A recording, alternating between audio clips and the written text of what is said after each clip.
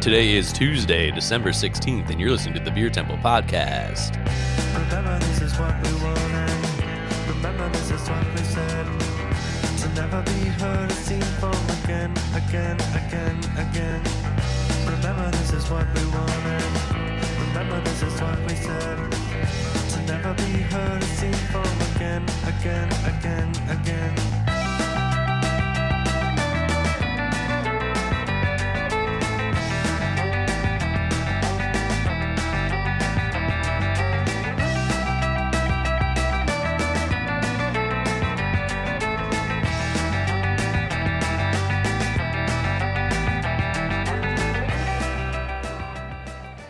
Hello, and welcome to the Beer Temple Podcast. I'm your co-host, Mike Shalau from Is Was Brewing, and I'm here with your other co-host, Chris Quinn of the Beer Temple. Chris, how are you?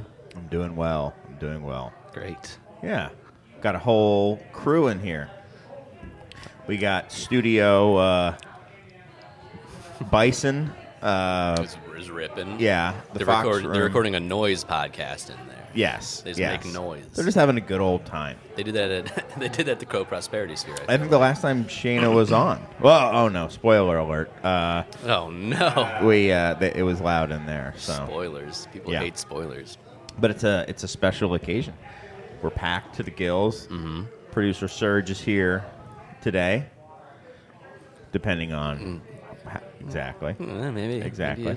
Maybe. But I mean, you could hear how smooth that fade was. Well, that's why I say it. And then if I mess up later on, then I say he wasn't here. That's really. right. And then I go back in and I edit it back. And when I do it smooth, then I say, oh, Serge was here. But it's a big show, end of the year show. This is the best end of the year show we're going to do. What is it? A tradition unlike any other? Yeah, no one else does end of the year anything, so this is kind of our idea. Well, that's what they say about the Masters, right? Whenever I'm watching the Final Four, I just remember there'll always be the commercial because I guess the Masters is shortly after. Sure. And it's like a tradition unlike any other. Except for every other golf tournament. You don't get it. I guess not. This is a tradition for us unlike any other. My dad does love the Masters. And he has a party in the basement every year. Cool. Yeah. Anyway, this is a tradition guy. unlike any other for us. Mm-hmm. We've been doing it for many, many years. Well, I have anyway. You've been doing it for many years. I've been doing it for many. You're double many.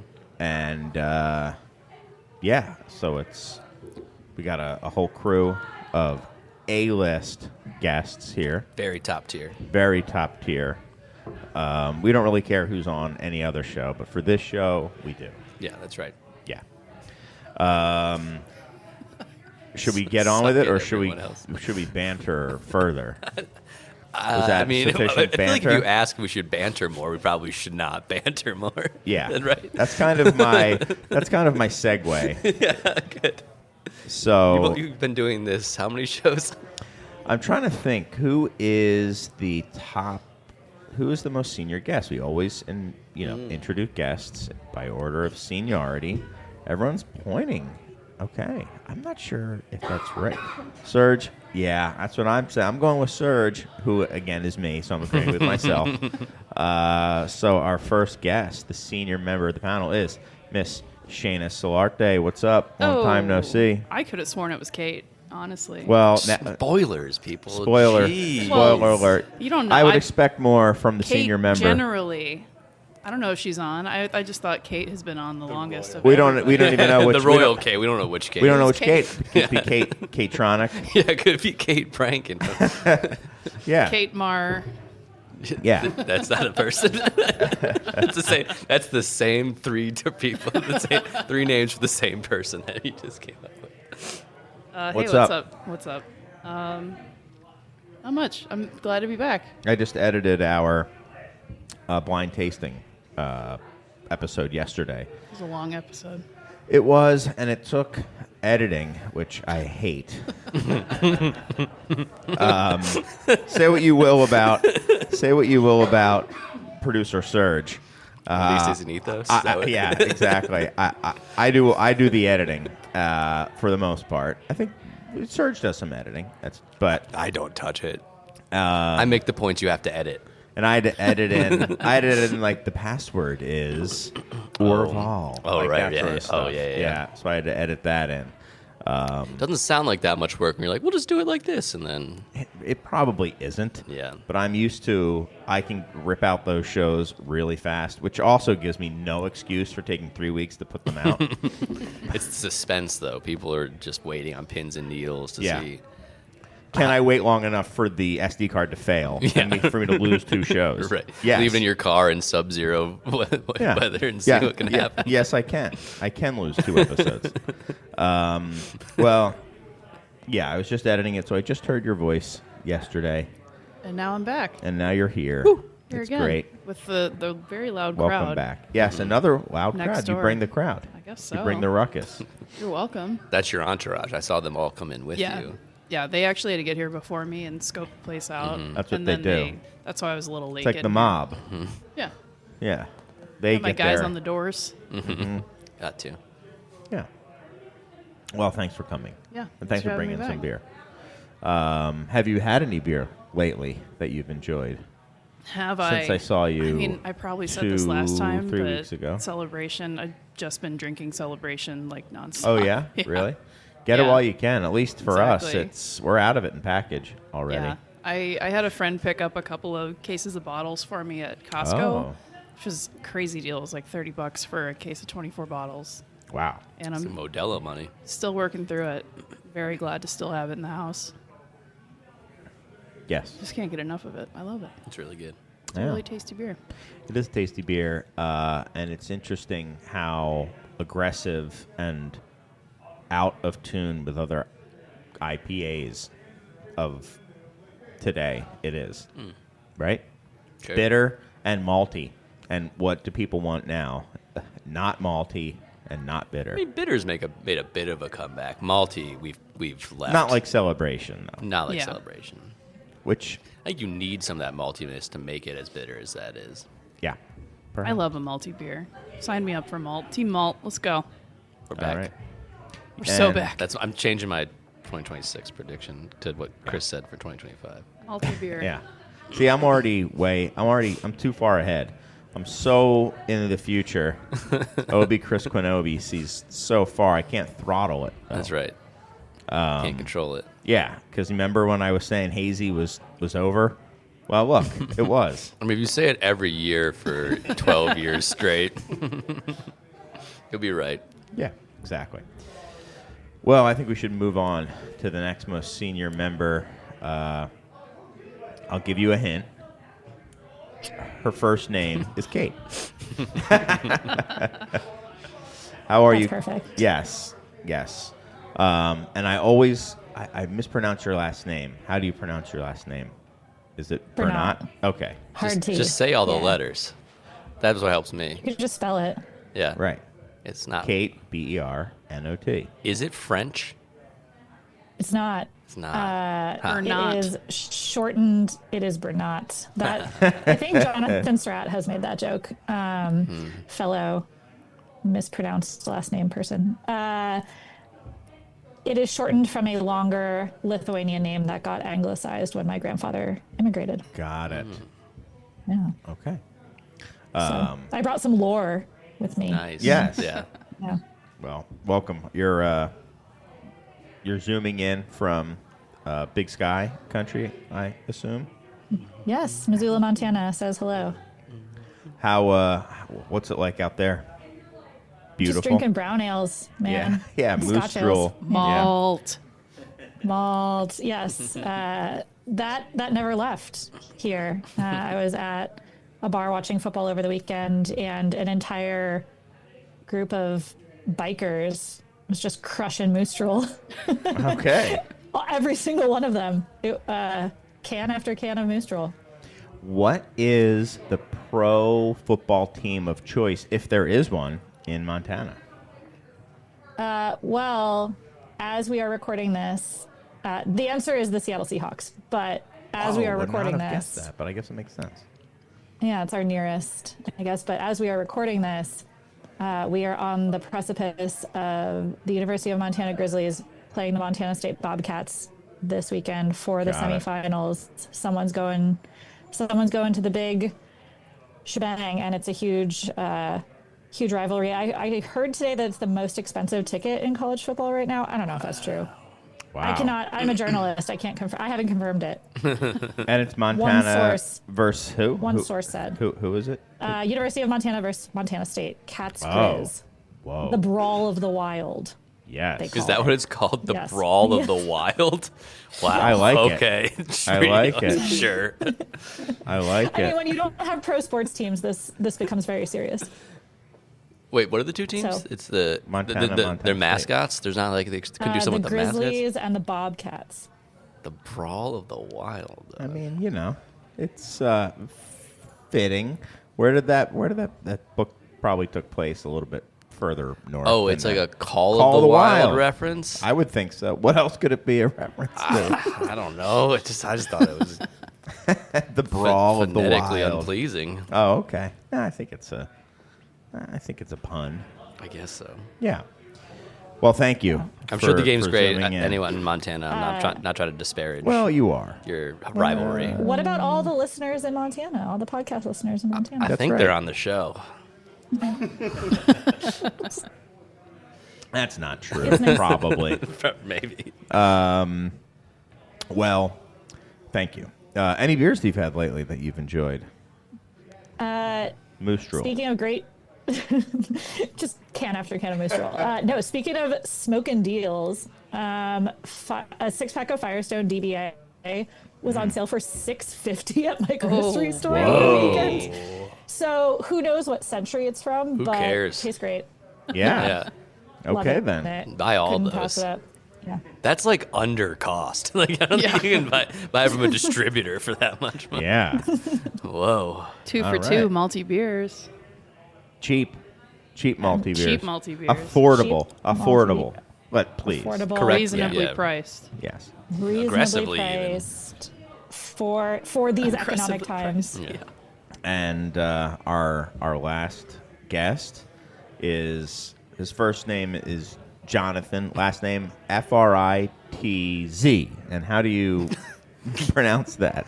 You And you nailed it. emphasize the Z? Yeah, no, Like the it's way- a hard Z on Fritz. Fritz. Fritz. Fritz. Yep. Yeah. Yeah, like you're a bee. Okay. Do you Good. like I'm so glad to be here. Fritz. Thank you for having me on the year-end show. This year, early in the year, I declared it as the year of hops for me. I started telling everyone at the brewery I'm a hophead Okay. again, and started only drinking Hopewell's hoppy beers. To great success. Really enjoyed all of them. you achieved the goal? But sort of culminated this year with my first ever trip to Great American Beer Fest. Oh, I've never been. Had never been before. My father-in-law, or my father and my godfather have been going for years. My godfather's gone for like the past 20 years or something. Wow. He went there, and when we went to the Russian River booth, they greeted him and said, "Hey, Dave, how's it going?"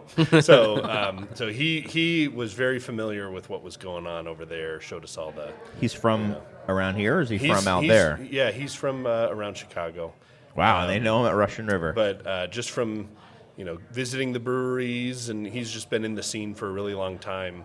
And so he invited my dad and I to join him.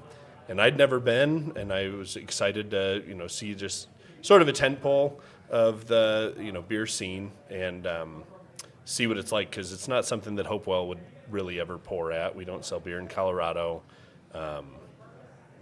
We just started submitting to the fests like a year ago, and last year we got a bronze medal for our lager.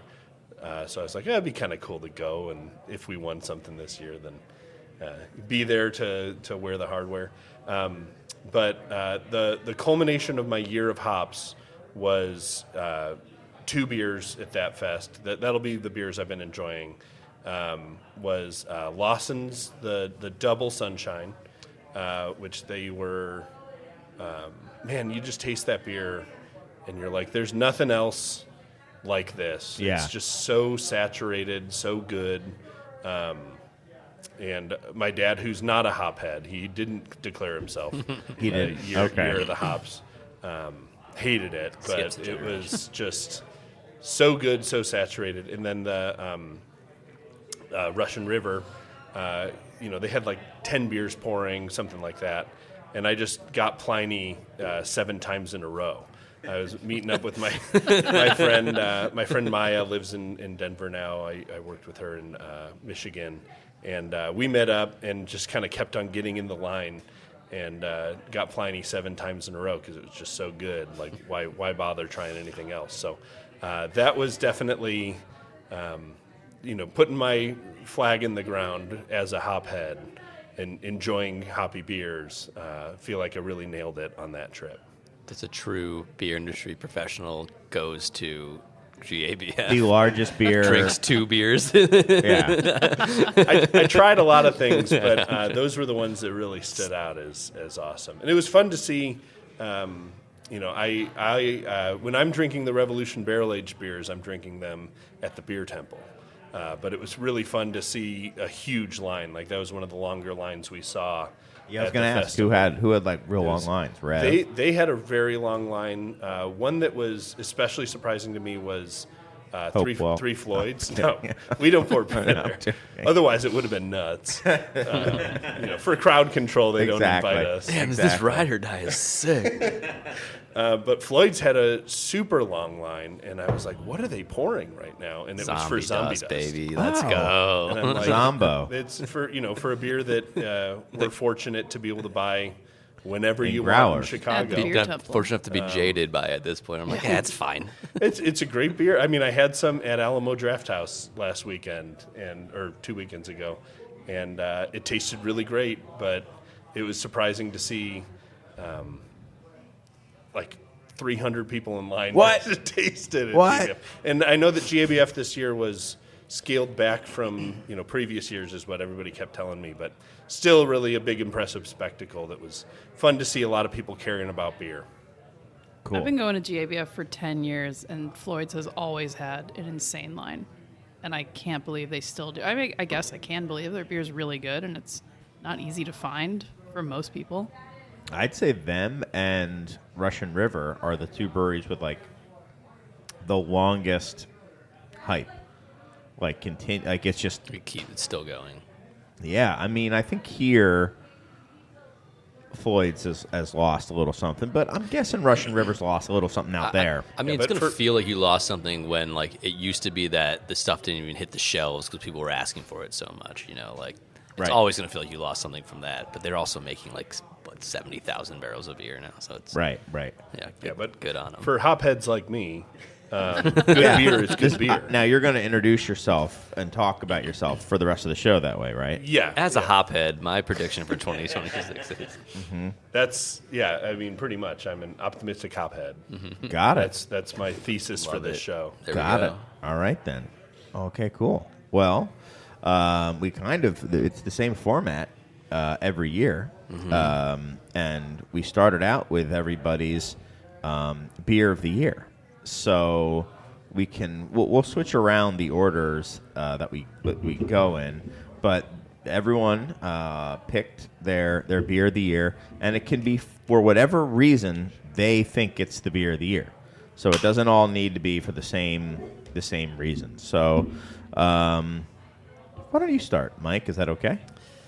Sure. I think Okay. I was last to the dock, first to say what it was, but a lot of good beers were taken already. But my beer of the year was a Michelob Ultra, mostly because it's my favorite beer that I've never actually had. You've never had that beer? No. Why would I have ever had a Michelob Ultra? I mean, there's occasions where it's No, you answer mine first. Why would I? there's occasions where Name there one. are limited amounts of beer, and that could be one of them. Maybe you I'm just probably rode your drinking. bike. I'll drink pretty much anything else before. Now I'll that drink you four- I'll say drink that, 450 North before I trying have to it. remember the last time. Oh, Wow. would you really? Wow. Yes. Now that I said it out loud, I would. All right, well, Okay. I this podcast is about to change. I think I Then I take it am back. on the opposite side of that coin. I'm I'm in the going boat where if Michelob Ultra is the only beer available to me, I'm just not going to drink a beer. Okay. I'd rather be sober. Okay. Well, what you about would. Mick Ultra You would still be 0. sober. Ooh. I would now probably you're drink now. talking. I would drink that before regular Michelob Ultra, but it is my beer of the year Yes. Why is it? because I am in the vast minority apparently because it is the #1 retail beer in America as of September. Took over from Modelo, which Yeah. is just mind-boggling that this like. And one thing that I thought was really interesting is like this like very like kind of I don't know, it feels like an elitist macro beer meant for people who like exercise and play golf and You know, like, all those elitist things. well, they're like golf, I yeah, guess. right. I associate that beer with golf more than like anything, and maybe that's just like Oh. me, but like maybe that's just me, but like it's No, I think that's fair. It feels like I'll second that. the socioeconomic projection of that beer has strayed so far from like the stereotype of like a Budweiser in the back of a pickup truck. And it's just interesting that that is the #1 beer in the country. I think now. that's who's drinking it. It might be who's drinking it, but it's not how they're like presenting it or selling it. Okay. No, it's not. So, like, they're the- doing it as like a health conscious. People who are health conscious should reach for that beer. It's kind of how they've been marketing it for a long time, Right, totally. and it's working very well. Yeah, which is also like just that strays too, right? I feel like the stereotypical sales position of an American macro lager, even like 15 years ago, was like, who cares about health? Like, Yeah. we're gonna go and do America. And this one is like, maybe take it easy, bud. We got to play golf tomorrow. Do you feel like that's in line with the whole light thing, though? You know, the So original what macro is in beer, line? but the health sort of claim of macro. Of No, Mich Well, that's Ultra why it's I- ultra. Like is it's a premium. in line with like when they switched over from Bud to Bud Light and Miller. To I don't Miller think Lite. that's how they were sold, though. They were sold as great taste, less filling. Now, like great taste, fewer calories. You know what I mean? Like, it's that like, you can like drink more of these because they don't fill you up as fast. It wasn't like you'll actually be doing your body a favor by having this like 1.9% zero Right. carb. So But this is more in line. it is getting lighter though. I More in think. line with like Miller 64s.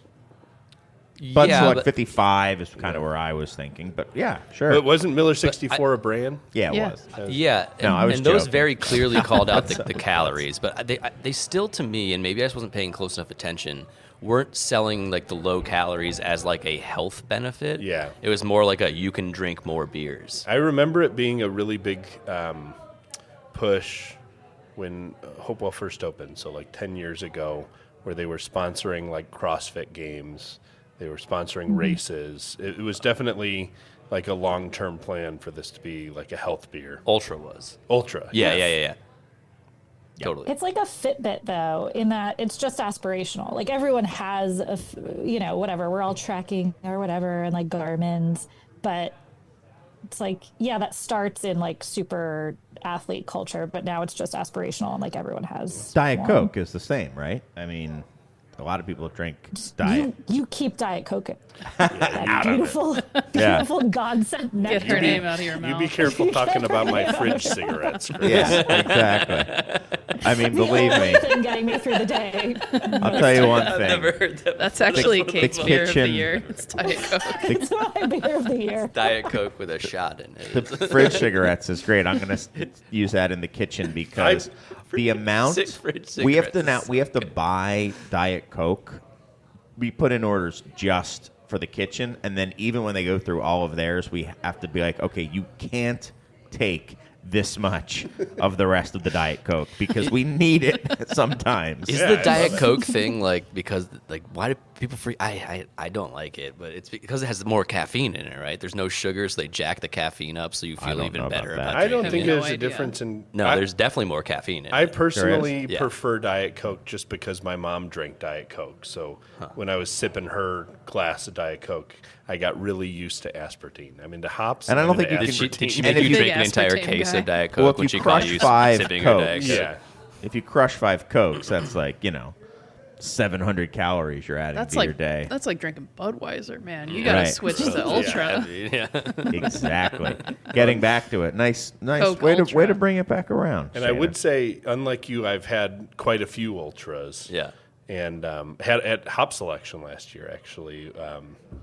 We went with your boy. That was before you were a hophead? That was probably what turned me on to being a hophead. Whoa, I love the hops here. But he, what lot did they No, use? I know. Is that he had an Ultra, and he's like, never again. I'm drinking hops, baby. it's a good karaoke beer, but more just because it's the new ubiquitous beer. It's just whatever dive bar tends to have Ultra now instead of Busch Bud Light. or Bud Light or whatever. Interesting. I guess I'm going to the hipster dive bars. Brother, it's like hams. What do and your PBR. dive bars have? Yeah, like High Life. Something Yeah. like that. It probably would have that, but I think They probably would have an Ultra, but it wouldn't be like the only thing there. Ultra is one that I found is pretty ubiquitous when you get out of like the city. Yeah. That's everywhere. And if you're just at like a bar, what beer do you have? They will almost always have Ultra. I mean, Frank and Mary's down the way always had Mick Ultra, plenty of them right down there, and that's just like a bar. But I thought a lot about that beer kind of coming back from taking the spot that Modelo held for 1 year, 2 years, maybe. 2 years. a Is little- Modelo still number one on No, dollars? There's 3, I think, now. Oh, really? I think they filled 2 spots. Yeah, I think Bud Light is 2. Yeah, but he's asking, is it volume or dollars? Because Modelo is still significantly more expensive than either. I think Mick Ultra, I think it's number 1 in both. Oh, wow. I believe. Then why'd they close 3 breweries? Budweiser? Yeah. I don't know. Maybe they make a lot of. I mean, if they have the number 1 and 2 beer, maybe that just shows that people are drinking less beer. Yeah. Yeah, I don't know. They closed 3 breweries. Anheuser-Busch did? Yeah, Of the that just- Budweiser ones? In the last week, yeah. Newark, Vermont. They Cato. closed Newark? Yeah. Yeah. Yeah, Newark? they're moving They the sold sign. Newark. Yeah, the The iconic. big eagle. Yeah. When you land at Newark Airport. But that they sold it to who? Who else? That is a they closed it. massive.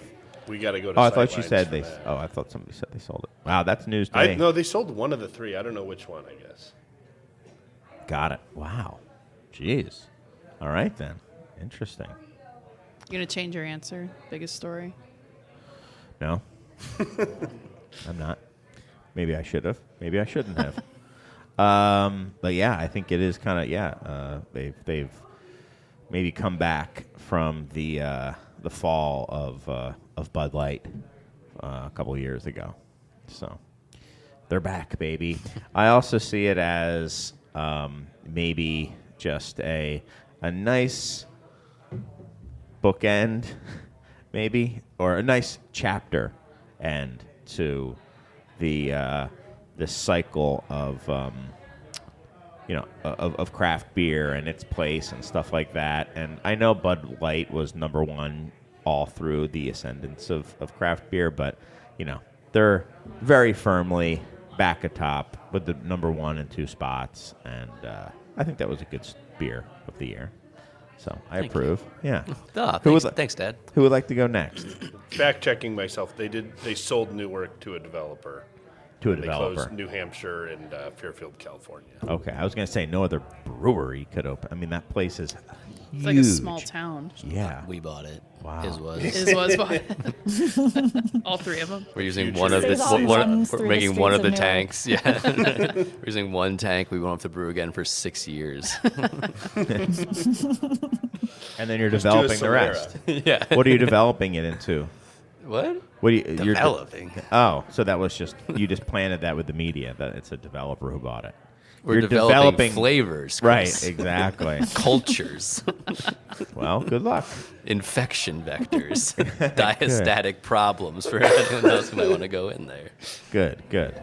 Vibes. What do you mean? What am I developing? Who would like to go next? I think Kate's is a good follow to that. I'm looking Go at the for it. outline. Yeah, all right. Nominate you. All right. I chose Pacifico mostly as a segue to have a conversation like this about the, sort of headwinds facing imported Mexican lagers right now, despite Modelo no longer being the top spot. Pacifico was up 10% this year off-premise retail, which to me says something about this isn't just a Modelo question. This is like a Mexican imports being the new cool lifestyle brands. But I'm very curious about what happens to those as in extremely whitewashed Constellation CEO earnings call speak. We feel a pressured Hispanic consumer. What's pressuring them? I don't know. The passive voice is doing a lot of work here. But there's, I think there's a lot of concern about what is going on with Hispanic consumers' purchasing power, desire to go out and socialize, ability to earn money, and but also just generally like Americans kind of tightening their belts and being like, I don't know, some of these Mexican imports are pretty expensive, and Joe Sixpack cannot taste the difference between this and other brands that are cheaper, and maybe it's just an easy time to make that trade. So I'm kind of curious going into 2026 what happens in the like imports, domestic premium, general domestic. Like I think pricing is going to get really weird, and like we're going to see a bunch of shuffles at the top of the leaderboard. I remember when I was in San Diego a couple years ago, I think it was 2024, I noticed definitely a bunch of Modelo, but I kind of saw that, a ton of that in Chicago too, but I noticed when I would go to, when I saw younger people drinking, maybe a little like hipper people, they were all drinking Modelo, and it stood out because of that very striking yellow can. They were all drinking Tall Boys. I mean of Pacifico. Pacifico. Sorry. They were all drinking Tall Boys of Pacifico. And I was like, oh, okay. It's like I'm drinking the same thing, but I'm not drinking the same thing. Like, I don't drink Bud. I drink Bud Light. I don't drink Modelo. I drink Pacifico. So it was definitely, I think it was part of that same trend. And yeah, it's been happening. I mean, I haven't noticed it as much in Chicago, but then again, I don't run in the neighborhoods where I think maybe Pacifico would be super popular. What's happened I to used to drink a lot of Tecate at 5-Star Bar. Tecate rips? What's happened to Corona? Did the virus name totally destroy Corona? I'm sure a lot of people just are like, oh God, no. Yeah. But Still they a- probably still weren't a like top the prime 10. customer. It Yeah. is. Still a top 10 brand family. Because they've got a Family. billion extensions now. Yeah. With, they have a Corona Zero and Corona, like flavored Corona stuff. Yeah. It's also so, in my mind anyway, associated with warm weather, much more than Modelo or Pacifico is. Sure. I mean, their whole They ad did that, campaign yeah. of like Forever. what was it? Find your beach. Find your beach. Find your and beach. That was just like drink a Corona and you are on the beach again. And the others just don't have that. I mean, I don't know if that I've ever seen an ad for Pacifico other than just like a billboard. Yeah, I don't know if I've seen one either. So, Jonathan, beer of the year. Yeah, I'll jump in with. I took a bit of a cop-out answer with my beer of the year. It's not one specific beer. It's broadly Oktoberfest. Yeah, I saw that. I think Not that happy. Not very happy. this was after the Great American Beer Fest, so my year had concluded. My what's the equivalent of a fiscal year for hops? But your Lupulo year. yeah, my Lupulo year had ended. This year especially, I've been, more and more picky about the beers that I order. And I almost never order a beer that I either haven't had before or that's not from a brewery that I really trust or is not from, a publican that I trust their palate. Those are kind of the three things that I'll go to if I'm drinking beer. Outside of Hopewell beer, I mostly drink Hopewell beer. because it's the best beer in the world, and then we just take steps down from there. But so just taking the broad view on my drinking habits this year, I've been drinking a lot of imports. My wife and I have been drinking a lot of, I thought about picking Czech Var or sort of like something in that vein, because that's something that we've just kind of kept around. And, if I'm picky, my wife's even pickier on beer, where she's like, don't, nothing that we're going to just like have a sip of and not really love. But especially with imports, I really like the experience of drinking beer that you just feel connected to the entire history of civilization. When you're fairly drinking, high bar for a beer. Just like when you're drinking alcohol, like there's something really special about an alcohol drinking experience that's different than anything else. And beer is a really unique beverage. That's why we're all here, and it's important to have stuff that tastes good. It's outside of just alcohol. There's reasons for beer originally being designed outside of just like getting you drunk. And I just want to feel that like special feeling around beer every time I'm drinking it. And I can't think of a better example of that than Oktoberfest, where, this is a style that could be really insular and just like insider. It's like, the Germans actually, this is the history of it, whatever. You don't actually need to know all that. Everybody in the world who drinks beer knows what Oktoberfest is. They're like, oh, that's like a thing in Germany.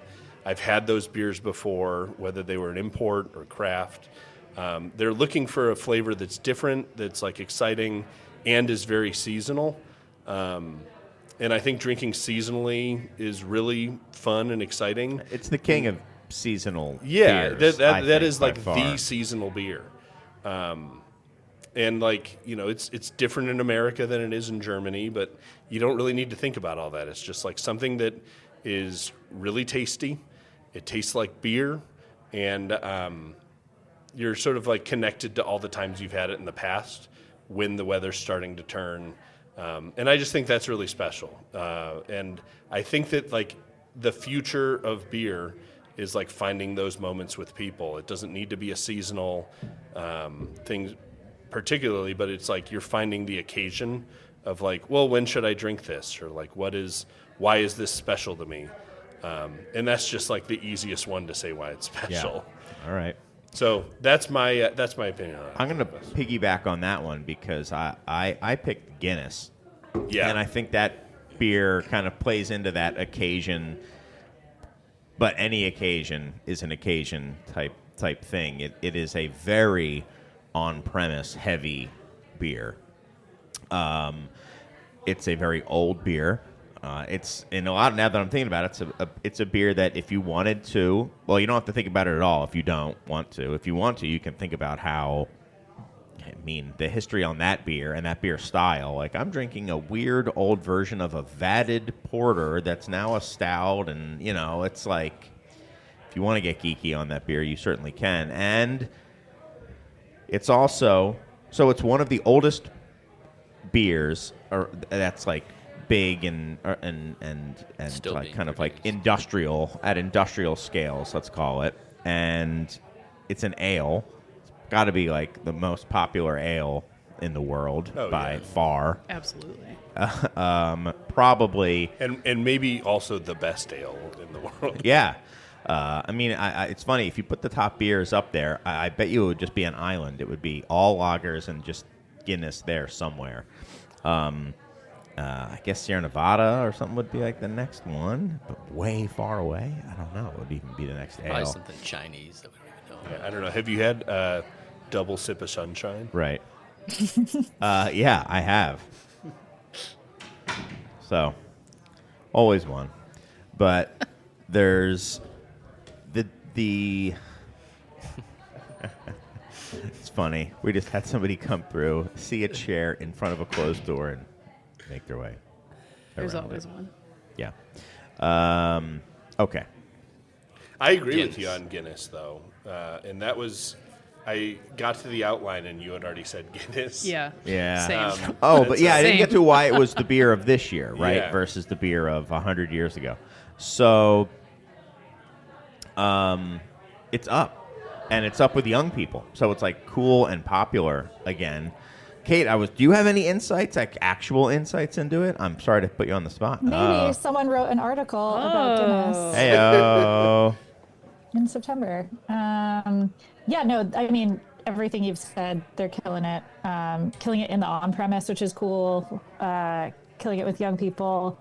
But I feel like, everyone's like, oh, is this about splitting the G? Like, sure, that's a part of it. But I think that whatever trend, that thing, which I'm assuming your listeners know what splitting the G is, so I don't want to explain it. But that game only works if Guinness has done like 100 years of brand building in the on-premise with branded glassware, with proper pours, with all of that work to make with coasters and everything to make Guinness special in the on-premise. Like, you can't just do that with some rando brand that's not. And I'm sure at many have every tried corner or bar. are thinking Oh, yeah. and trying right now. Yeah. There's a meeting But- somewhere where like, what's our split the G? Yeah. Right. Well, in 100 years, it'll be Split splitting the the- M of Michelob Ultra. Exactly. If they bring back that weird lava lamp bottle, and put a Ultra in there, I'll drink it. Ooh, Like, done for. Lava lamp. That's Sorry, interesting. what you were saying, Kate? oh, no.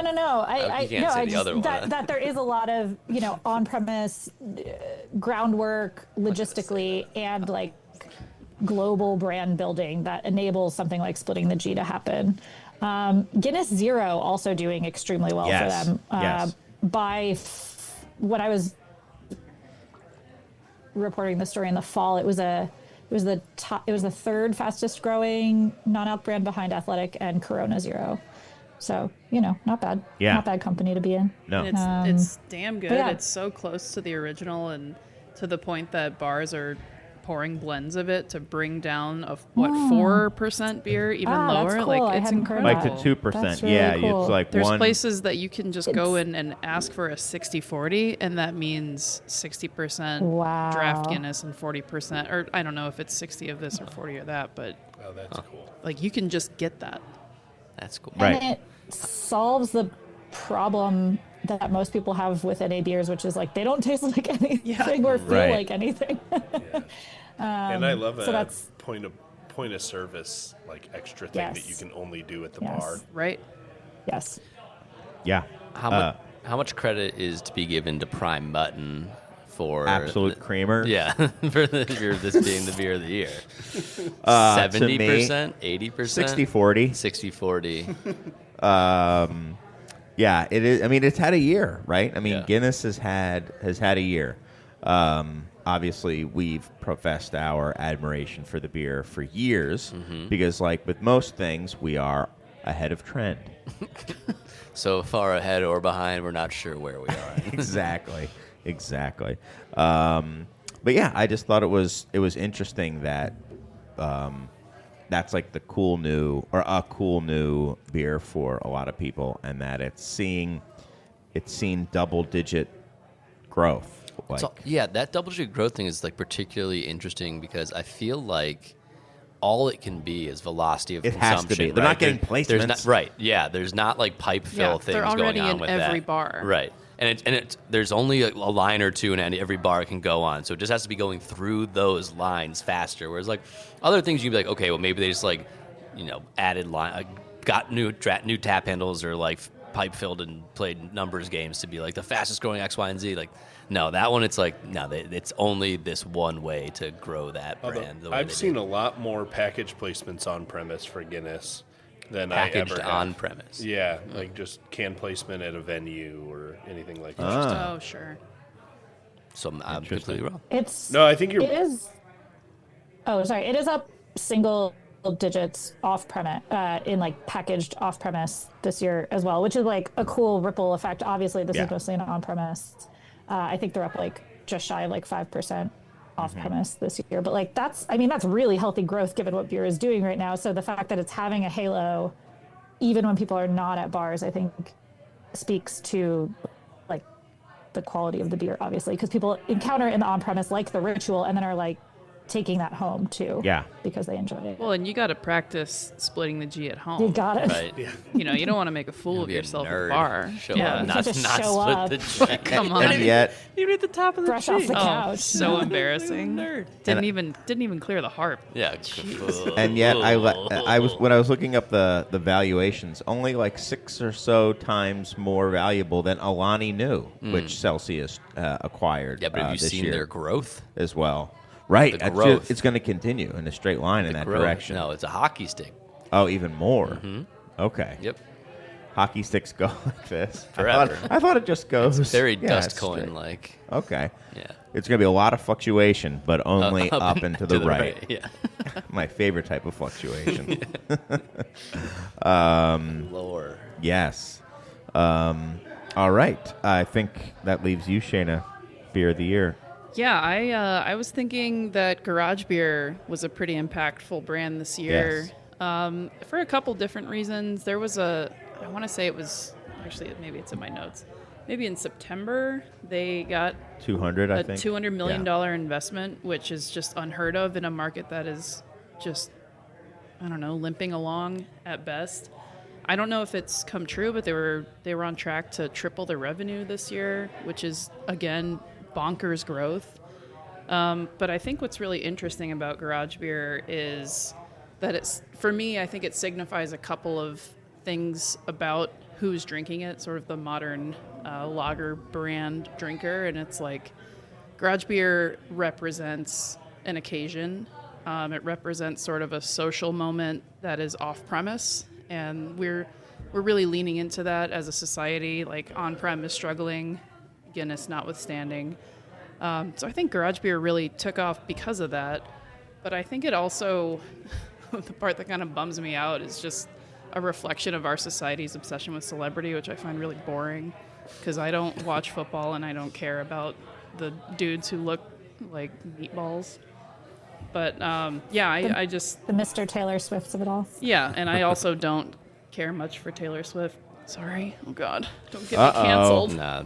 Tay-Tay. Can you believe that? I think you can not like Taylor Swift after that terrible album she put out recently. Oh. Yeah, see shots what Mike fired. said. What Mike said. I haven't heard it. Kate's about to but- jump through the Zoom call. That's why they can only zoom me in, so I don't start fighting. Here's a question I have about Garage Beer. I considered Garage Beer But as you got my Guinness, beer so. of the year. Okay.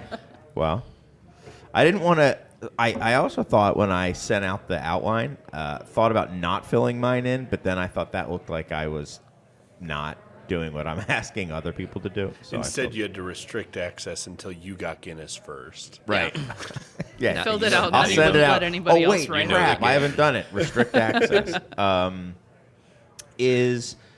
And again, it could be that I am just not in the places where this beer is being sold. I'm curious what 2 and 3 years of just time will do for Garage Beer. How much of it is pipe fill? Just because I'm not seeing people drinking it, but then again, maybe it's How just many garages have you been in? exactly. That's what I mean. I mean, maybe I'm just not in the right places. I feel the same as you, Chris. I also feel like I'm probably not the person that they're targeting. Almost no hops in Garage Beer. But You're a real hophead. I feel like I mostly see it in like grocery store stacks. Big end caps. I big mean, end caps, which are Benny's has it stacked to the probably ceiling signaling, practically. But that's probably that's a signaling sign. investment. Yeah. yeah. Like that's probably signaling like case deals and stuff like Yeah, that. and I don't think it has a long and illustrious career ahead of it. I think it is the beer of this year, and I don't think we'll be talking about it much in a year or two. Do you think they sell, or do you think they like build a brewery? It's already spun off. It's its own thing. I think it'll just make some money for its investors, and then they'll just quietly sunset it. Yeah. How big does something like that have to be to sell to? Because it is essentially a macro beer replacement, right? Right. Yeah. Like, how big does that have to be to annoy one of them enough to be like, fine, like Right. craft beer they Good way of tried putting it, too, they 'cause tried that's to make when it would sell. Well, right. Well, craft beer they tried to make like versions of craft beer, and there was like a marked and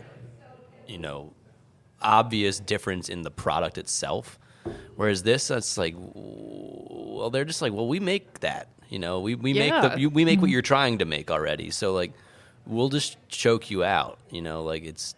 Yeah, I don't I think mean- they can compete on price, and like they print on the box flavored beer. Like they know who they're going after. And If Montucky didn't sell, then Right. Right. Yeah. Do you think they go into like no one talks about Montucky anymore either, right? Is that like it's not that they're probably not still selling a lot of volume, but they were such a big splash a few years ago, like Garage Beer has been, and then you still see it around, but not in the way you once did. Which It's like, I don't know, they've come surprises along. me. Because they were bought by Gallo, Gallo. who owns High Noon, right? Is that so? I thought it was going to be, and I think Doug Valicki was the first person I'd heard this from. They're the High Noon people. Barstool Sports made High Noon, and it just seems like a perfect sponsor, Montucky Cold Snacks, for Barstool. But it never materialized. I feel like and I thought they it already could've, had like Bud Light sponsorship for Barstool, didn't they? Like they already had a macro beer brand, so they're going to get more money from them than Montucky's going to be able to. I usually get my Barstool news from you, so I was just waiting for you to tell me. I'm a big stoolie, Chris. You're Really. a stool head. I don't like the content, just the politics. But I'm pretty sure they had already. Are they called stoolies or stool heads? They are called stoolies. Stoolies. For sure. Yeah. Okay. Stool heads. It's like poop head. Yeah. Oh, got it. Yeah, that's funny. I wonder if the Gallo reps are just like, they look at their book and they're like, we have High Noon, and then we have Montucky, and they're like, this High Noon stuff's selling like crazy. We should just sell more of this. Yeah. Right, maybe. And they're like, beer is just. I think beer is such a different why buy it? beverage to sell Yeah. than I think the people making the decisions are going to make whatever decisions they make. But I think beer is just such a different beverage to sell than wine, and it's such a different beverage to sell than seltzer. Seltzer's more similar, but I think that beer distributors are the only people that have a business selling beer. And I don't really know what Gallo's distributor network looks like, but I could see that being a problem if they don't have, good beer distributors. Wherever the High Noon is, also move in. High Noon's going in the Montucky. cold box, I mean, For sure. right? Yeah, but For sure. mostly through chain, right? Oh no, it's on premise too. So I don't know. Yeah, I was just surprised to not see more of a push for the cold snacks this Yeah. year. I was expecting it to be on the sides, like Garage Beer, like on Right. on billboards, on the sides of trucks, and I just haven't Well, who- I haven't seen that. Who They didn't has High get Noon Mr. in Taylor Chicago? Swift. Is that Who had CBS or Montucky? something? Yeah, it's CBS. Because or- Montucky was Heartland. Yeah. Right. Which has had other struggles for that brand in Chicago specifically. So it could be a Chicago-specific thing That's true. that we're not seeing a ton of Montucky. When's the I last don't time see you it. walked around Wrigleyville? There's Montucky banners everywhere. Yeah, so who picked them up? Must have been CBS or something. Yeah, or Lakeshore. One of the Not two. Lakeshore. Oh, well then CBS. Yeah, had to have been. I don't know. It's everywhere in Wrigleyville. Yeah, Okay. because I hang out in Wrigleyville all the time. Yes. Apparently. You are in Wrigleyville quite a bit. During baseball season, yeah. Yeah. Well, you got to get your Montuckies. Gotta Yeah. get Yeah. my cold snacks. When everyone's in at the game, there's no one at the bars. no one's in line Cold for cold snacks. snacks. So they don't tell you. Cold snacks and fridge cigs. So the problem is that's not true. They're just drunker idiots outside the stadium. Anyway, it's not a referendum on Chicago neighborhoods. Yeah. Hey. Well, anyway, that's my pick. I think that there's Yeah. Good pick. there's also some exploration to be done with this concept of beer losing drinkers, and are they leaving craft? I should say craft losing beer drinkers. Are they leaving because it's too pricey? Are they moving to cheaper beer? Are they moving to different beverages? And I think that garage beer is somewhere in the middle of like unconverted craft drinkers, or maybe it's just like your dad picked up something that said garage the one time because he's like, hey, look, I drink in the garage. Like, I don't know. But there's a... Can hear it now. Yeah. I think it hits on something that really fridge beer. taps into people's six. drinking habits. And for some reason, it's worth a butt ton of money right now. And Yes, it is. I don't see it lasting, but what do I know? Yeah. Taylor Swift has a lot of money. She could probably keep it alive forever. Yeah, I mean, I think the Kelsey brothers have some Who? money as well. So. Yeah, I mean, they don't got billions money. No, but they have a lot. They don't have Swiftie money. Yeah, they don't got Swifty money. They don't have Swift. Well, one of them does now, I guess, depending on the You don't prenup. think they They're not married yet, Yeah, right? They're not they married definitely yet. got a prenup, and she's gonna Feel make like I so would've much heard more about money off of when they get divorced, and she writes that album. Oh, that's true. I should have stayed in the bleachers, that kind of thing. Right. You'll listen to that one, huh? She drinks high noons. I She drink drinks garage beer. high noons. I drink garage beer. He's splitting G's and Really nailed it. Wow. I'm That's smoking beautiful. fridge cigs The Ripping joke that fridge the sticks. prenup and I'm ripping fridge cigs. is the Man, longest thing fridge Travis Kelsey's ever read. Oh, he's not going to read it. He's going to pay somebody He a might lot of money to try. read it. He Yeah. might try to read his prenup. He's got. Sound it out. He hasn't even read Sound it out. He hasn't even read the can of garage beer. He's like, wait, this is beer? He's got people No, to that's do that why it for says him. garage on the label, so he knows No, which it's fridge garage. to take it to. Yeah. He picks it up and he's like, oh, this goes to the garage. Yeah, kitchen beer. He's like works for a moving company. He just like looks at the box. I just don't get why all these people are drinking all this garbage beer. Why are we investing in garbage? All right. Bunch of funny guys in here. Story of the year is next. The beer story of the year. Who would like to go first for this one? Does anyone have a story of the year that they're dying to tell? I can go, but mine's a bit of a bummer. They're mostly bummers these days, Chris. Okay, I well then got a I'll. positive Yours one. Okay, is, go you- for you- it. You got the best one. A couple months ago, whenever this happened, whenever this was a thing, I was doing a ride along in Bloomington, Normal, Illinois, with our distributor. We were walking through a couple liquor stores, and every single one of them had just like floor to ceiling bush apple, Bapple, as people are calling it online. And I was like, what the hell is going on? Like, I had never seen the brand before.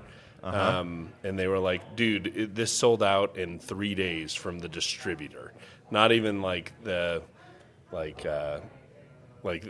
stores all sold out and they had to restock them. They did multiple restocks in a week of Wow. of Bush Apple. And so I was reading about it and just like sort of thinking like, what like it's obviously something I'm not personally engaging with. Like, what was the TikTok or strawberry whatever. one that they did a couple years ago? Strawberryta? Yeah. But that was Strobel? like 15 years ago, right? No, you're thinking like Natter Days. Natter Oh, Days, you're thinking Natter Days. Oh, yeah. sorry. And that was like 8 years ago or something. But the same sort of thing. I think it's an interesting story that this was very successful, especially in light of, most stories of beer this year are younger people aren't drinking, younger people don't like beer, they don't want any, and it's like, well, younger people are drinking the absolute hell out of this beer, and they're really excited about it for some reason that, old guys don't know.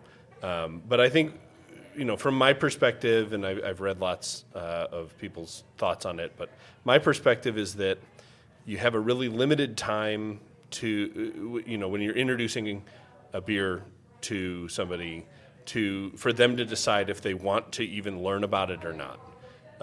And so that's why like simple messages, like clean messages, and like flavor-driven beer, flavor being like familiar Bapple. flavors, like Bapple. This is apple. Beer and apple. Like, do you like apples? Like, how do you like them? And I think that it's, just sort of a signal. Like, Busch is like old guy beer. Is how people might have thought of it like 5 years ago. NASCAR like beer. Camo Yeah. cans, NASCAR.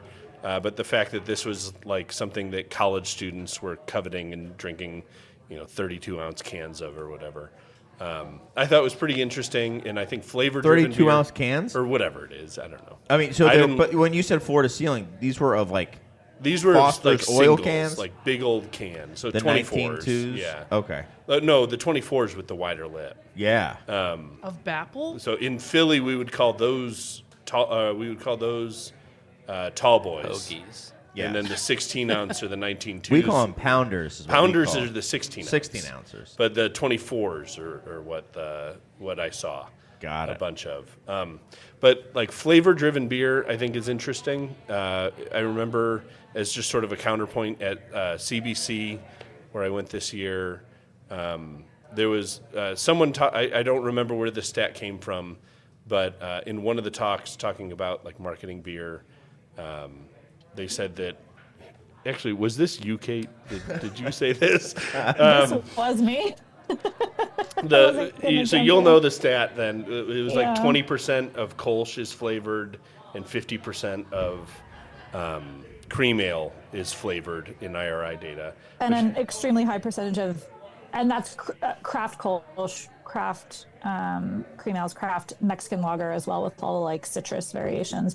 And that's been climbing over the years. Yeah. And I think it's because people don't know what these, like what does cream ale taste like if you don't, Right. But I know what strawberry cream ale tastes like. I know what Sure. a raspberry Kolsch tastes like. Right.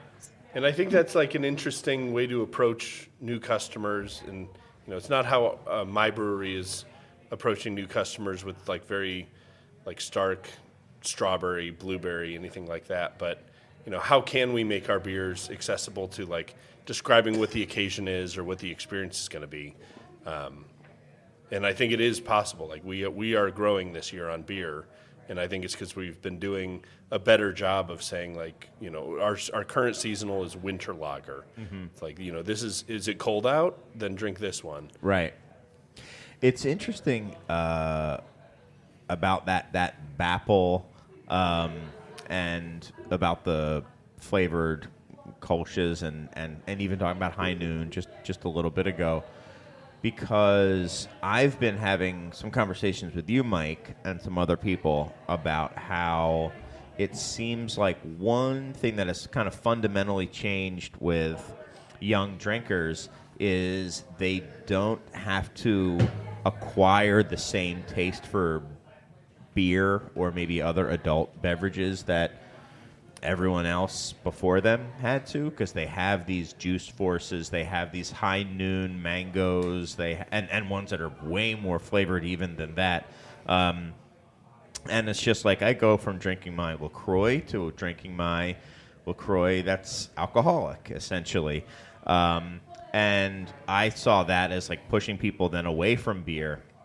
And I wonder if some of these things could push people, like be a softer kind of launching point into beer, but then keep them there rather than, well, I like this fruit. Oh, I like something with even more fruit. But I'm guessing they've had those, like super fruity beer. I don't know. It's just I think just total broadly, like beer has take. staying power.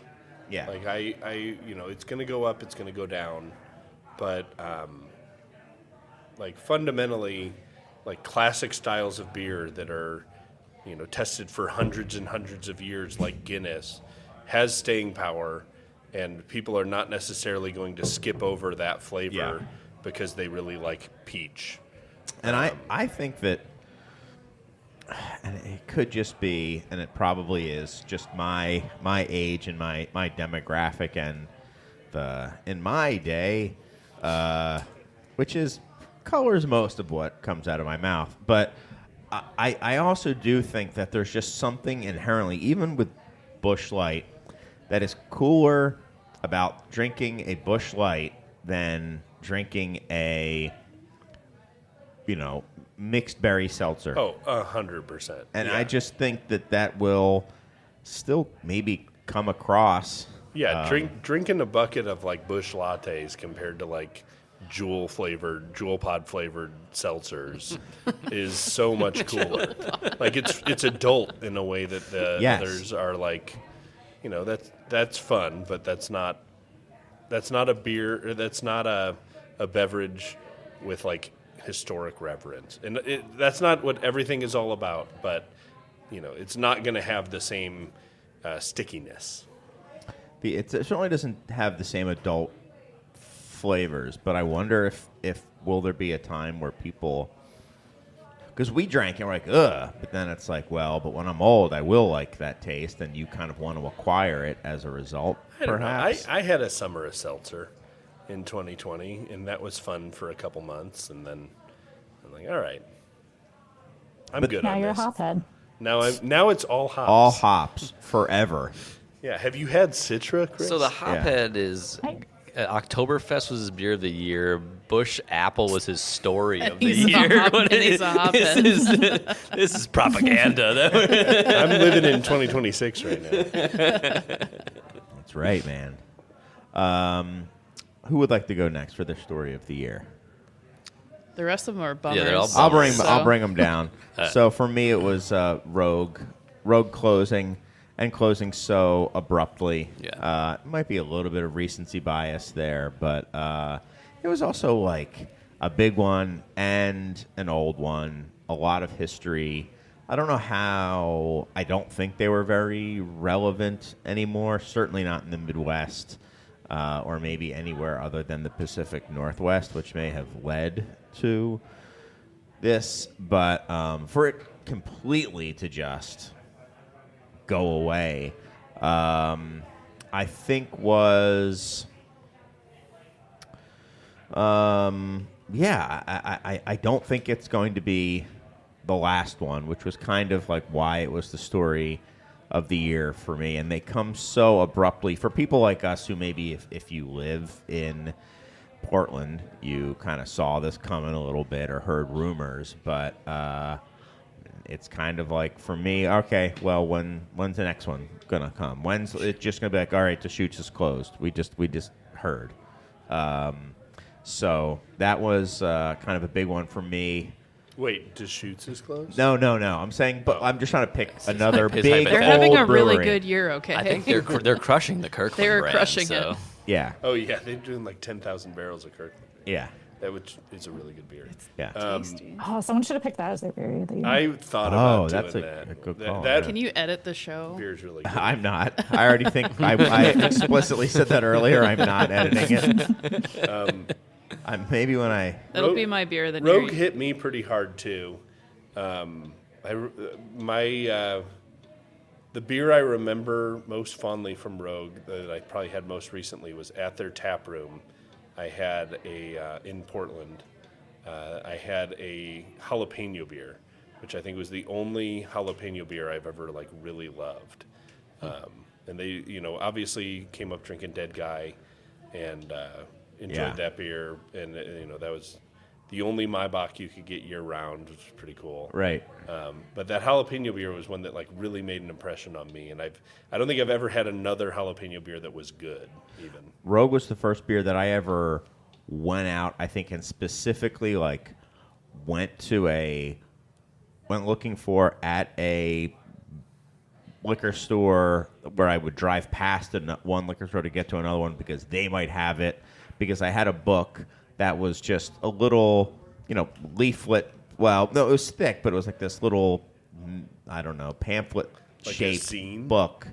Yeah, but Like it was real 1,000 thick. beers to drink before you die or something. One of those things. Yeah. And it rated them all and had, so I would just flip through what's the highest one? And it was Rogue Shakespeare Stout. I've talked about that on this show You before. speak so disparagingly of bottle caps, and yet you're now looking at this little pamphlet book rating things. Now I was Checking 'em 19 off. years old, maybe 18 years old. Still checking them It's off. still ticking. And Chris I Ticker went, Quinn. I went there. I had a fake ID. I went in there, and I was trying to find this Shakespeare Stout to try to have it. So I definitely have some history personal history of like trying to find these beers and associating with like, oh, this is like, so these craft beers, these small breweries are making like, okay, like really good beers. And then I finally ended up having it, and it was like way too aggressive. It was way too bitter for me. And I was just like, whoa, okay, I don't know if this isn't for me. But I still was kind of a little bit like I was saying before. I guess my palate's just not there.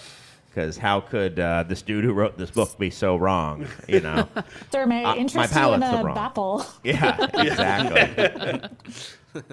Yes. Different timeline for Chris Quinn where he just loves Bapple. It's true. Who You knows? were born in the wrong decade. I know. There's still time. He's stacking them high and watching them fly.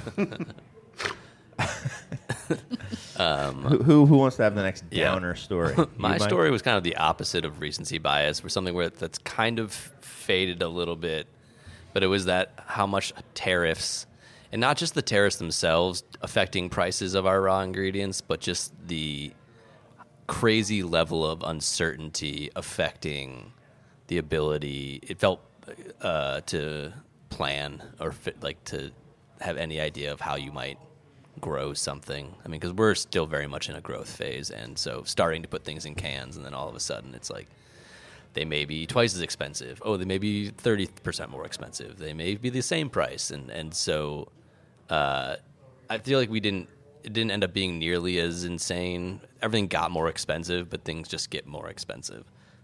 But the fear and the widespread panic of what's going to happen now. As those tariffs were coming down, and just how arbitrary and big they were, and how large the tariffs actually were, and how there was a lot of especially when it's such a price conscious thing as beer, and when you should be growing, and that the economies of scale should allow you to be more competitively priced. It's this is never going to happen. But yeah, I don't know if anyone else was as affected or aware of that. 100%. Yeah. This was, like I said, this is our 10th year, so we're going to turn 10 in February. This was, as hard as 2020. Yeah. On uncertainty of the consumer and uncertainty of what you're going to pay, for raw ingredients. There was one day where we were shrink sleeving some cans in Canada at the time, and we've onshored it now, and we're doing it closer to home. But at the time, we were shrink sleeving some cans in Canada that if we had cut the check when it was due, it would have been an extra $4,000. And instead, we were like, no, I'm not paying that. And we waited 4 hours. Yeah. And they were like, oh, actually, that's not the tariff anymore. So, Yeah. It's delayed an extra 30 days. And, it's not like they would have refunded that. Right, no. But the uncertainty of that was definitely felt on the business. And 100% it was felt on the consumer side of things. The first 6 months of the year were really, really difficult for us on the beer side. It's since come back, and I think that people are, sort of making up for lost time on the drinking in the back half of the year. But the first 6 months of the year, I really attribute it to, uncertainty in the economy, 100% driven by Trump. Yeah. That made it worse for people to live in America, and it made it worse for people to know if they were going to have the same salary in a month. And it made it so that people just weren't doing things like buying beer from a small brewery in Chicago. So I would definitely say that this year has been, as hard or harder than any year we've been open. And it's our 10th year. It should start getting easier, but Yeah, weird things in the kitchen would have these huge fluctuations in price too. Like romaine lettuce, just shot up all of a sudden and stayed up there enough that we had to change prices because we're the cost of romaine is through the roof. Back in my day, a loaf of bread cost a nickel. Yeah, and my brewery specifically doesn't use a ton of Romaine? imported things. Well, we use a lot of romaine actually. Okay. But everything got more expensive. Like, right, the gas got more expensive. Like, shipping things got more expensive, those things specifically are things where like you don't like pay as close attention to like the freight of something, and then you're like, where'd all my money go? And you look at, you're like, oh well, 35% of the cost of getting this thing here was just the freight for it, and like it's crazy. It's crazy, especially when you're like, you're trying to run a small business where you're doing a bunch of other things, and then you don't have someone who, like, I don't have a CFO. I'm barely literate. I'm supposed to be doing our books. Right. It is crazy. And the paying prices attention to that type of stuff. Yeah. And then you get panicked, right? You're like, well, I need it now. And so then you just like pay. Like we were ordering some cans, and I was like, well, these cans are going to be like 30% more expensive if you charge me that shipping. So I was like, well, I guess we're not putting that beer in cans. So, yeah, it's crazy. Huh. Yeah. I hadn't thought about it. For absolutely no reason, too, because aluminum is not more expensive because you're importing it. No. So it's making America great is not a reason. It's because aluminum is traded on the London Exchange, and it's just a commodity good. You know, it's more expensive because of the uncertainty, and then you can't just take a price increase every month. You have pretty much 2 times a year as a brewery to take a price increase. Yeah. You're doing package in February, and you're doing draft in October, right? And that's pretty much when you're doing it, unless you're self-distributed. We would kind of take one whenever we needed to. Right. Well, yeah. I mean that's another thing where like I was looking at like our utilities and stuff, and like that's not tariff based necessarily, but like I remember writing our pro forma and basing it off of like actual numbers that from the last brewery I worked at, and then scaling them to a smaller operation. But I'm like, this stuff's all like 50% more expensive. And then I thought like we would put cans out at like $11.99 a 4-pack, and I went to do the math, and I'm like, we can't even do this for like less than like $14.99 a 4-pack. So, and that wasn't that long ago, like the numbers I was working from are from like, I guess it's a long time now, but like less than 4 years ago. So it's for 12 or 16 ounce. 16. That's fine. You can do that. Yeah. I mean, we did it. It worked out, but that also was just me not buying stuff in cans for like 4 years, and then seeing things just get crazy like that. Anyway, what's your bummer, Shana? What's your bummer story?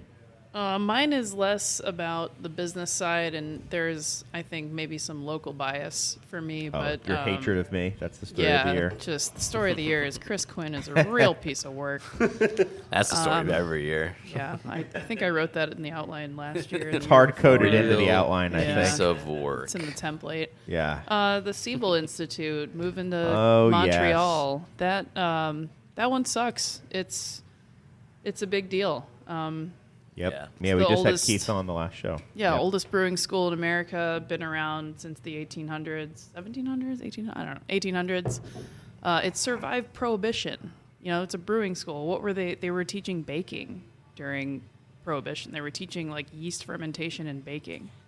And part of it is down market. Part of it is maybe this was the plan all along. They've been owned by Lallemand, which is based in Canada, for several years. So maybe their parent company wanted to bring them to Canada at some point just to consolidate expenses. Real estate and expenses. Yeah. Right. But I'm sure it could have happened eventually. Years ago, though. Yeah, right? It's been a long time. And they've only been in their current space for, I don't know, less than 10 years, maybe just about 10 years. They were at Kendall College 10 years or so ago. So I think it's a real shame, and a big part of it is just that over the past 5 to 10 years, the majority of their student body has been international students, and a lot of them can't get visas right now, or they weren't getting their visas issued in the past year up until a few weeks prior to the course. And if you're going to move to Chicago for a couple months, you have to make those plans more than a few weeks out. So there's a definite political lean to sort of share again that things are just worse under the current administration.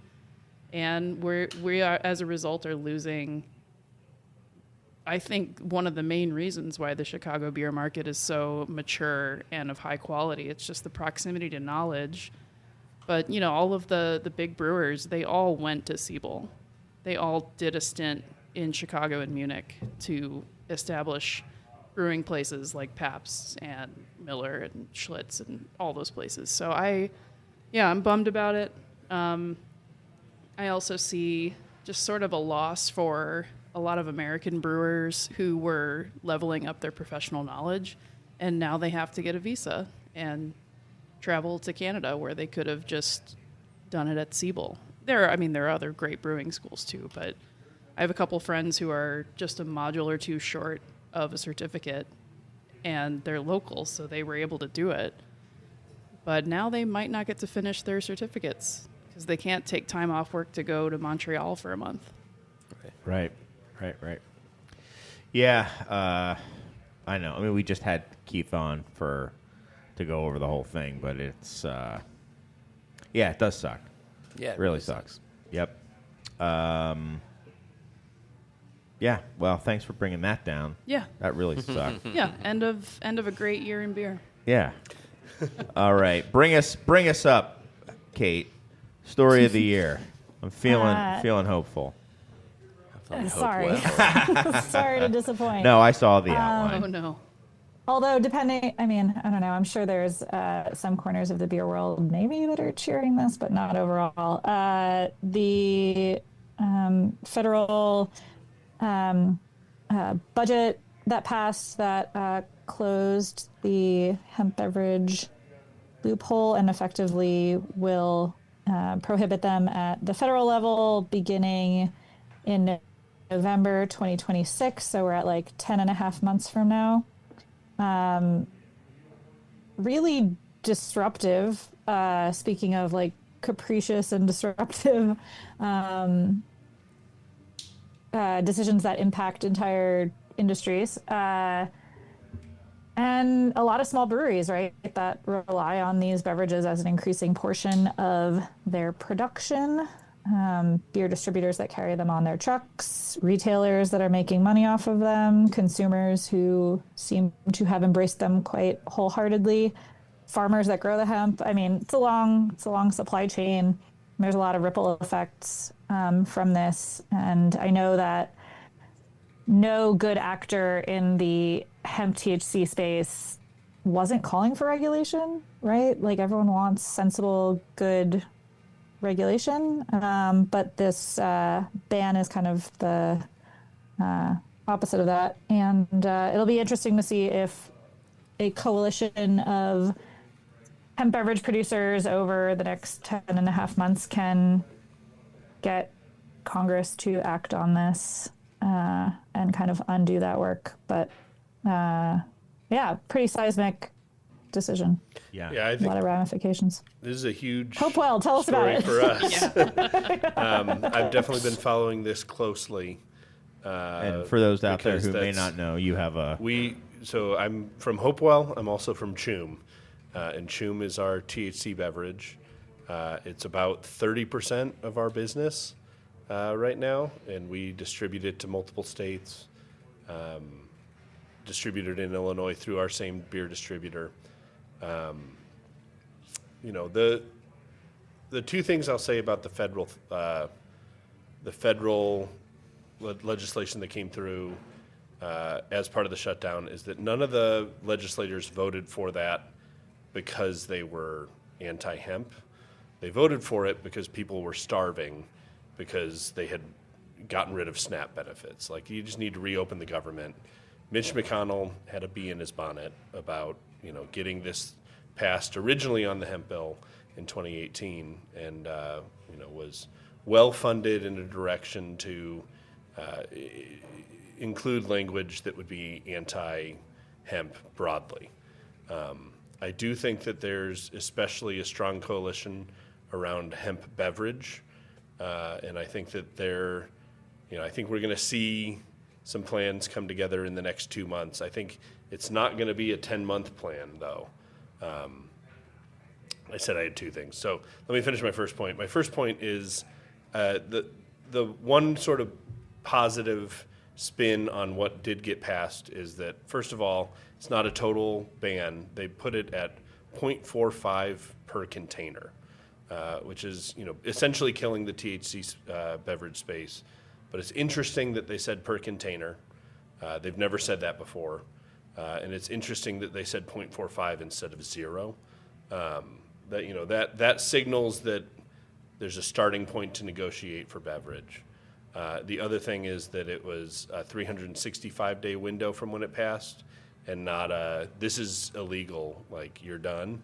That's another sort of signal that they recognize that this is a gigantic industry. I think it's like 330,000 jobs tied to this, multiple billions of dollars. And like Kate said, we are pushing for sensible regulation on this. Nobody wants products that aren't age-gated if they're a good actor. Yeah, and they needed it. I mean, Yeah, frankly, totally need something it. needed to happen. 100%. But on the other side of it is this needs to come together really fast for a 365-day cycle, because what 365 days means is not 10 months we need to get this passed.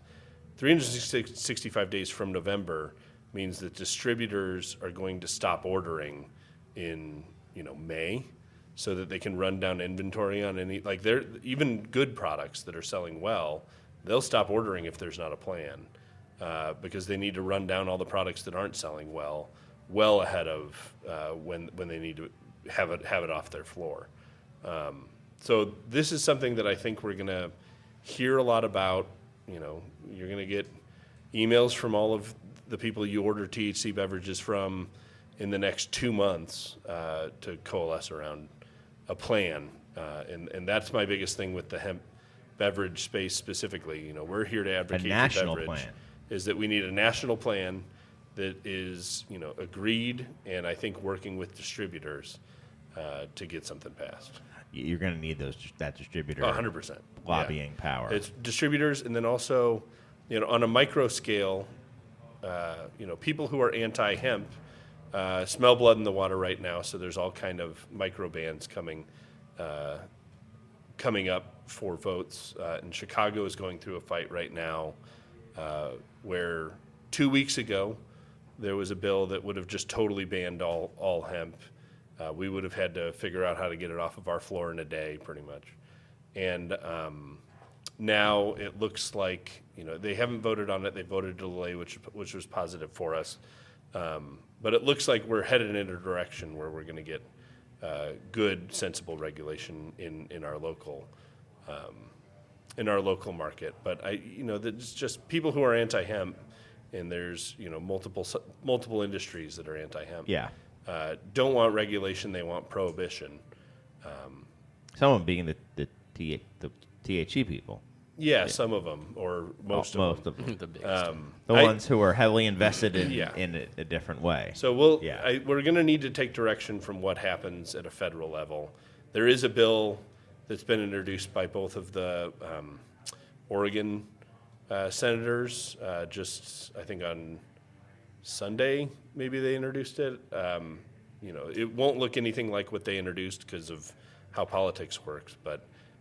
In the next 2 or 3 months, I'd say by March, we'd better have a plan that we're fighting for. Let's parlay that into our predictions. That was actually part of my prediction, that there would be like some sort of regulation that leaves the hemp THC industry looking largely the same, I guess. I don't know if I put that part in there, but like the regulation would be that it operates relatively similarly to how it operates now with more defined regulations. So we've now are only talking about the future, everyone. We're now going into predictions for 2026, and all good news for everyone. I agree with you, Mike, and I think that based on what the federal government did, we're not going to use the word hemp anymore. I think that we're going to get more language in February from them, I believe, when the Farm Bill Committee, the Ag Committee is working on it. But I think that we're just going to be saying THC beverages if we get anything passed. Plant-based. Yeah, Which, I mean, to me seems that's logical, and it makes sense. I'm for it. Right. Who cares where the THC came from? All right. I can go next. For my story's a real. All my happy prediction stories. is a real upper. For the next year, all happy things. Yeah, all happy things. So what I predict is that there will be even more closures in 2026. The most we've seen yet. There you go, baby. Happy times. But I wish I had one of those party noisemakers. but I think it'll Happy be the days are here again. But I think that next year, this coming year, will be the worst year for it. So still good news. But I think that will then. But I think it will then get better. Then back to the moon. Yeah, Just a up and to the bazillion- right yeah. again. Yep. Then mad fluctuation in our favorite direction. Both directions. Time will continue, so to the right and then up. Northeast. Yeah.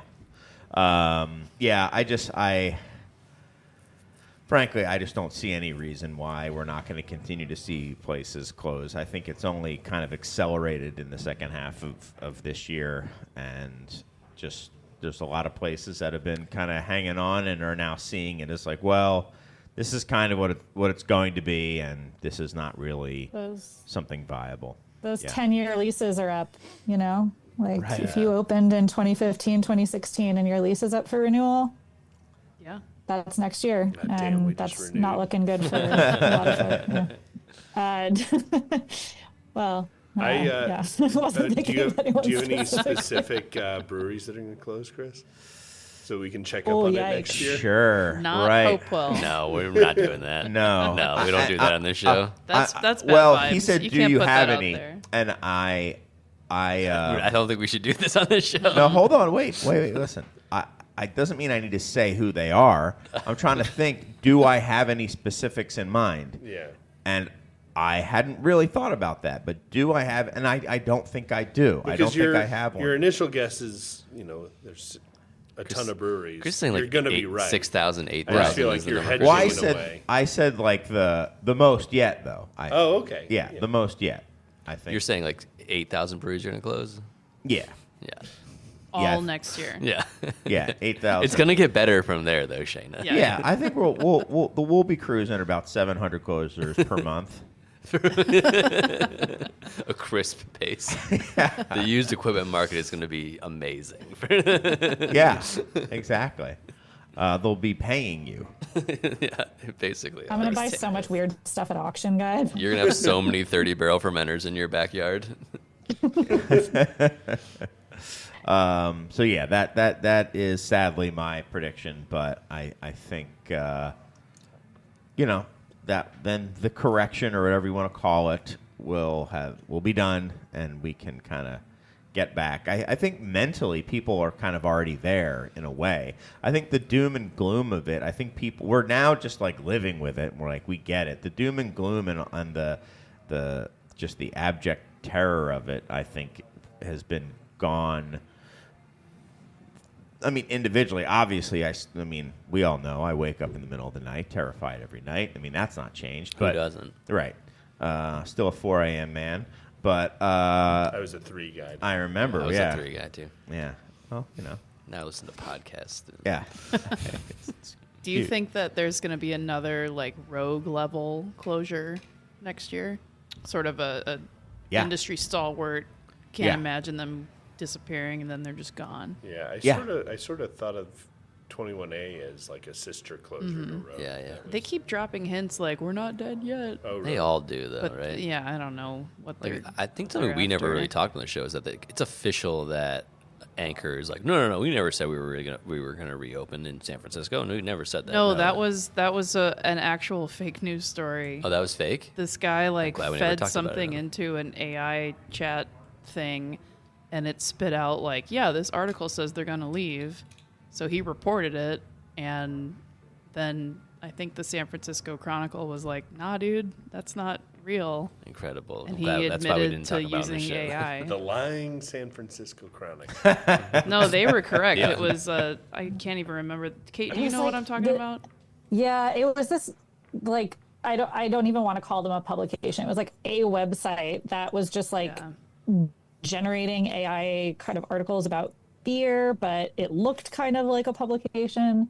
And it took, a real reporter 10 seconds to just pick up the phone and be like, yo, is this true? No, cool, sick. Oh my god. Click. Yeah, Anchor is still in that holding pattern of like, maybe Redacted we're then. gonna try to reopen, but like there's no news. Yeah.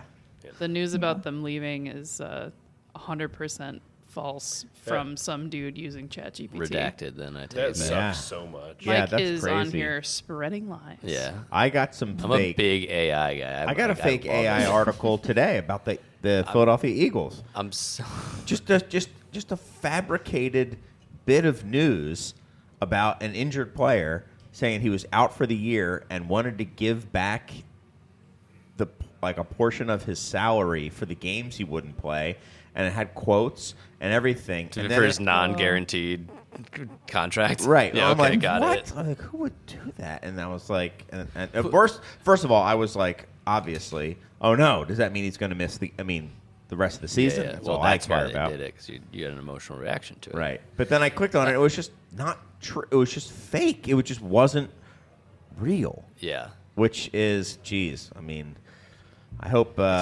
we need more real beer journalism in 2026. If only there were some. That ties into my prediction. Yeah, go for it. because as you're describing, we live in hell, and I think And it's going to get worse. I think that According to sucks. Chris.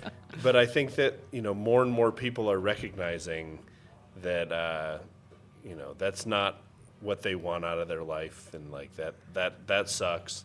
And I think that beer is something people can go to that's fun, and you're in a place with friends, and you're making new friends in real life and not online.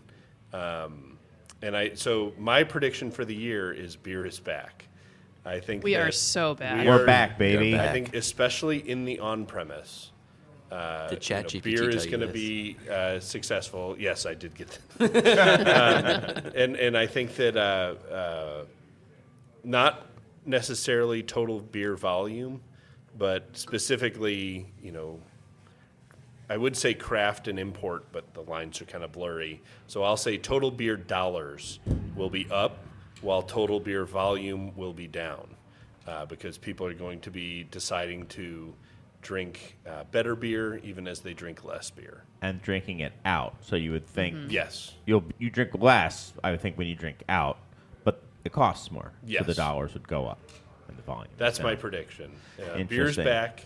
This is the year of beer 2026. I hope so. I will always say you cannot do anything without AI being prompted. Just trying to get Kate in on this Zoom call, I got 5 different prompts from how AI with Zoom can help me, and it made me, not that I love Zoom, but Zoom's fine. And I was like, first time I've just been like, screw you, Zoom, get out of here. I'm just trying to do my thing. I want to talk to a person. I got QuickBooks sent me an email that's like, spend 10 minutes taking our survey and get like a $20 gift card to something. Like, okay, whatever. I don't have anything to do right now. I took it, and it was all about, like, on a scale of like 1 to 5, how useful would you find this service? Oh, and man. it was all about AI, and I was like, I would never. And it was like, I would never use this. I would never use this. I would never use this. Next day, I log in, and they're like, get ready, because AI is coming to how you categorize your expense. I'm like, no, I'm still using the original version of this from like 12 years ago. I didn't even want to use your new like format. I don't want AI to categorize stuff. You're bad at it. You're really bad at it. And I don't want AI looking at my bank accounts. Yes. Right. And I'm sure not sharing that information. Well, Of course. Yeah. Yeah, they are. Not sharing my name on it, but no, I'm there's- saying I'm sure they're already. Yeah. They're already doing that. Yeah, I'm you sure, I agreed would to some imagine. terms, and they're using all of your stuff to train something and I whatever. mean, they're constantly trying to get me to take out shitty loans. Like, it's like, no, I'm doing fine. You guys need to look at this more. Yeah. That's the whole business now. Yeah. Outside of AI, the reason that everything is really terrible now is all of these like companies that use bills.com to pay you. Yeah. And then that company will email and you want that money right now? Right.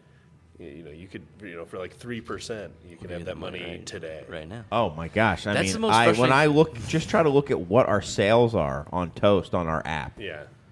it says, you want get it right now. You could deposit. Get it this right now. much right It's now. also, Get it right now. That's my money. Give it to me. Like, what do you, Right. You take your 3% or whatever, available but give me deposit my right now. money. And like it's becoming almost parody how often you're seeing this shit and getting phone calls like all the time. Yeah. I get to the so- point where people I think are just going to start shutting down on it. But just wait, man, because what they'll do is just make you wait longer and longer to get your effing money until you're like, fine, I'll take it. I'll take it in 2 days for this much. I don't need it right now, because that sort of stuff's. We're getting that with DoorDash and all that sort of stuff now. We noticed that I guess they must have some. I don't use any of those, but they must have tiered services, because we have some that go right through our website and they get picked up right away, and we have some DoorDash that just come and then get taken right away, and we have others that are waiting for like an hour. Like the order comes in and the dude does not show up for an hour, Oh, wow. 45 minutes regularly, and then we started piecing it together that the end consumer is not paying a premium to have their driver have it be a priority pickup. So then they get crappy food, and who are they going to be pissed at? Yep. Me. Yeah. And it's like that's what they'll do. They'll just make it so shitty that Do you want Yeah. hot food? Watch 2 ads. exactly. I mean, Hot food. It's so dystopian. It's so bad. and there's It's so teams bad. of PhDs figuring out how to do that. I'm sure out in Silicon Valley, working for Palantir and other wonderful I don't utopian think companies. That'd be so funny if Grubhub is a Palantir client. Like, Alex Diversifying Karp's their like industries. freaking out in his chair, like, you guys don't need your shit so fast. Yeah. But we're also my drone strike you by accident. Well, anyway, what an who's upper. got a prediction? What an upper. Hey, but Guinness, man. Guinness. Hey, Guinness. Guinness being up plays into on-premise. Yeah. It plays into people wanting beer-flavored beer and not flavored stuff. People wanting to be out at pubs talking to one another.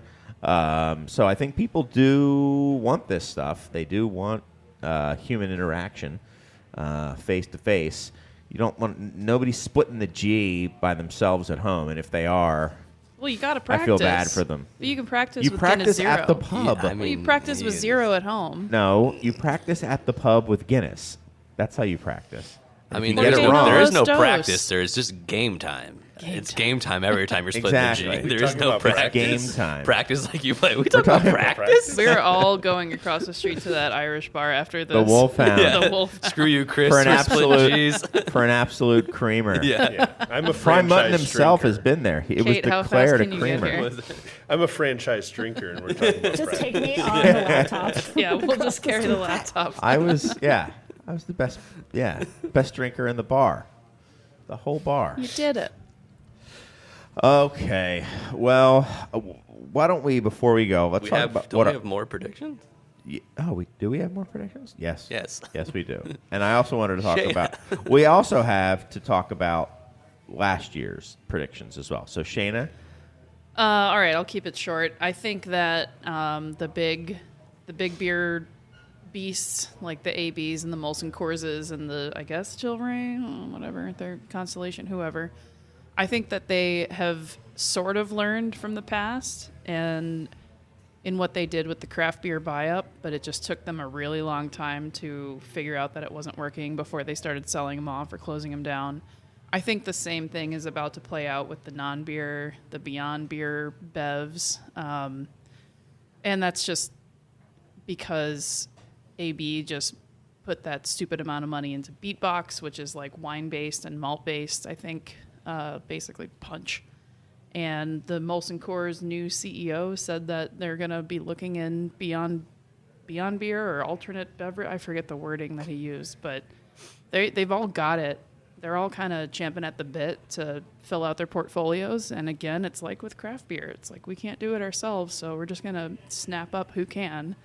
I just don't think they're going to draw it out quite as long as beer. I think it'll be just a couple years before they realize, oh, okay, this isn't really super profitable. And we've seen a couple of non-beer, beyond beer kind of brands, seltzers and whatnot, come and go. And they're built more than beer Yeah. to sell. Absolutely. So those are going to be, you're going to find out who the winners and losers are Very quickly. real fast. Yeah. And when the buying stops, the funding for those seltzer companies that were made to get a Yeah. return when they sell are just going to be like, okay, well, we're out. That didn't work. And I think it'll Yeah. just go away quick. Here's quickly. what might be different about like beer and seltzers versus some of these beyond beer products is though, like with some of these beyond beer products, I think the companies are literally buying like space in a store at retail, right? Yeah. Like Beatbox lives in those weird end caps.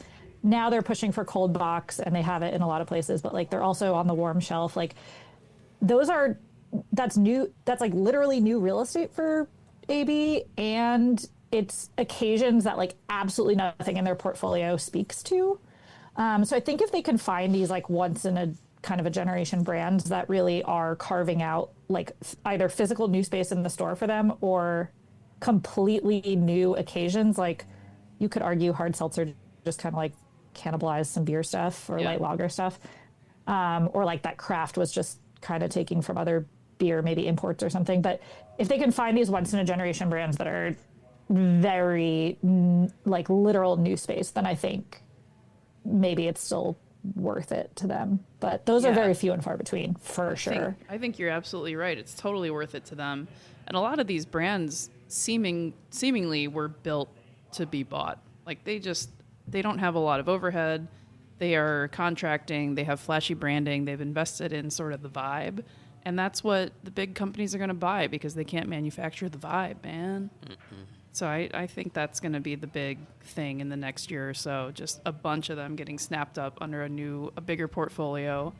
And maybe they will continue to do well. Maybe they'll get some infrastructure. But, you know, if companies like AB are selling off their plants, I don't know. Maybe these contract brewers or flavorists are going to just keep making money hand over fist for a year or so. Well, less of a bad story than the others. I don't really care if that stuff happens. I mean, it's Probably. positive growth for Yeah. someone. Yeah.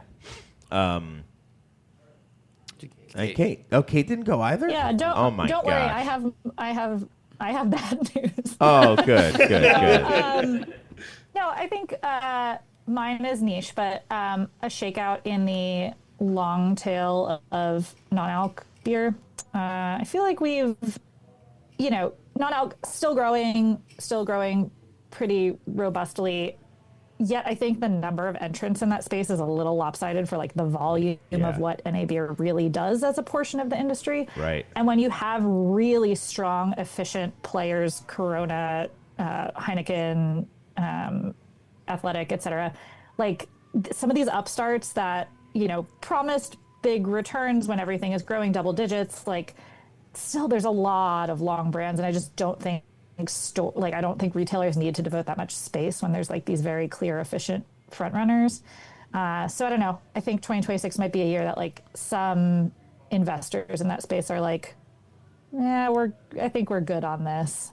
So what's it look like? and- So I know you said the Guinness Zero was number 3, but Yeah. like after the top 5, how much like market share are you looking at for the man, next however many there are? If you give me 15 seconds, Okay. discuss something else amongst yourselves, and then when we've moved on, I'll jump Okay. in with this. Well, I have Let something. me, I have a postcard that I can read. Wow. Perfect. Yeah, we got a letter. and then it can Yeah. be like a trivia game. Readers at home can play along, and then I'll reveal the answer. Okay, there you go. Well, this comes Okay, so right from at home, Veronica. Whatever. write down your estimates, everyone Yeah. at home, and then you'll see if you're right. They can pause it. Yeah. Yeah. This comes from Veronica and Connor. It's on a From Maine with Love Allagash white postcard. From Rob Todd. Yeah, with a little oak leaf, fall-colored oak leaf stamp From Maine with Love. And from the Maine Maine post office You don't stamp on say. there. Well, I mean, they could have gotten it and bring it here and mail it from somewhere else, but it says it's to the Beer Temple podcast, care of Chris and Mike, and it says we love drinking and listening to the Beer Temple podcast. Thinking of you on our vacation in Maine, Veronica and Connor. And it's got a picture of Veronica and Connor drawn on there, and a little. I'm assuming that's a scratch leaf of some kind. There's a little Kadama game thing. Did Fresh see this? No, and a Detroit style pizza on our little serving tray. Oh, they So- really were Can I see thinking of this? you. Yeah, so there you go. So thank you, Veronica and Connor. Wow. For that. So very nice. If for anyone else who wants to send us letters of any kind, it's 3173 North Elston Avenue, Chicago, Illinois. And send it to the Beer Temple podcast or however. You can also send us an e-letter. So now it's being passed around to everyone. Then you'll have to hold it up so so Kate can also see. Don't show it to Serge, though, even if he asks. It's insiders at craftbeertemple.com if you want to send e-letters. Yeah, no, I said no. Anyway, Serge can't read. It's okay. do you have your answer yet, Kate? He just fades. Almost? Not quite. Okay. I really oversold this. Athletic alone has 17% volume share. That's Okay. so like, I mean, that's a lot Yes. for just one brand. So Right. I mean, for example, when Mick Ultra was number one, I think they were like 8% or something like that is the number one brand. So, yeah, would be double that for Athletic. But yeah, I'm curious what that drop off is for that long tail, like you were mentioning. So, just curious.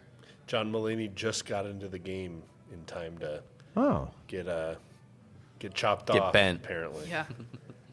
Yeah, a he's- little late. I think if you Little haven't late. been in it for a minute, it's not time to start one. Yeah, if your people come to you with like hey, you know what's really hot? Non-alcoholic beer, you probably shouldn't be listening to your It's people. too late. Yeah. Yeah, well, yeah, and he's like a former drinker, right? He doesn't drink anymore. Yeah, he's famously Yeah, sober. Yeah. Right. Well, Got it. Got it. Allegedly. Yeah, he unsobered for a while there. didn't he? Got it. Oh, well, that's a shame. Yeah, it was sad. It's all right. He had something to put in his stand-up special. That's what he just needed for that good. It's getting a little stale. Maybe I should do cocaine again. relapsing. That from worked. it. That worked the first time. That's what they call committing to the bit. So I think the problem with non-alcoholic beer too, not to dogpile on them, but is that most of it's really bad. Yeah. I had a couple over Thanksgiving. My father-in-law drinks non-alcoholic beer, and all of the zeros are great. The Heineken Zero, St. Pauli Girl Zero, all of the zeros, Guinness Zero, those are all good. But I have not had a good experience with any other non-alcoholic beer. Got it. So, people need to drink stuff that tastes good. Otherwise, why wouldn't you just drink LaCroix or something that's delicious? right. LaCroix, delicious. And better for Or you. some Diet Cokes. There you go. Fridge cigs. cigs. Yeah. That's my new favorite thing. Can't believe you never heard that before. I'd never heard it I grew either. up sheltered, I guess. Man, Yeah. you guys aren't online enough. That one's for the girls. Yeah, that is kind of for the girls. Is that specifically about Diet Cokes? Yeah, Oh, wow. fridge sig. Damn. That's Never so heard. cool. Never heard of it. Yeah. When you need 5 minutes to yourself and just a little mood boost. Right. I get it. Okay. Head out in the alley. Shotgun at Diet Coke. Exactly. Rip a fridge cig. Yeah, just rip a cig. Well, last year, let's go through our predictions. It was me, you, and Eric. At least that's what I have the predictions down for. I predicted that Crystal Malt was back, baby. This Will is we? your new hazy IPA. Will we see hoppy every beer? Year, No, this was Crystal Malt's last coming year. back. I know. Will we see hoppy beers that also have some malt character in them. And you, For example, so you predict Celebration. Yeah, you predicted Celebration would come Would be back. popular. Beer that's Yeah. been out every year for I bet several Celebration will years. come out again. That's I my think- prediction. I think non-roasty malty beers are more popular this year Yes. than they were last year, and I think they will be 100%. more popular next year as well. So I've been it's seeing the a beginning of resurgence trend. in like red ales and red IPAs in the last probably 2 months, and I don't know if that's trying to piggyback on just Celebration trendy hypiness, but like Suncatcher had a red ale. Oh, that beer was great. It was so good, Beer. Beer and it was good. Crystal Malt and like Chinook and Columbus. Yeah, Yeah, baby. those are good. Yeah, malt's back, beer's back. Malt is Now that back. Jonathan's Is back Glass drinking back? malt. Is Glass We back? released an alt Was beer Glass this year. back this year?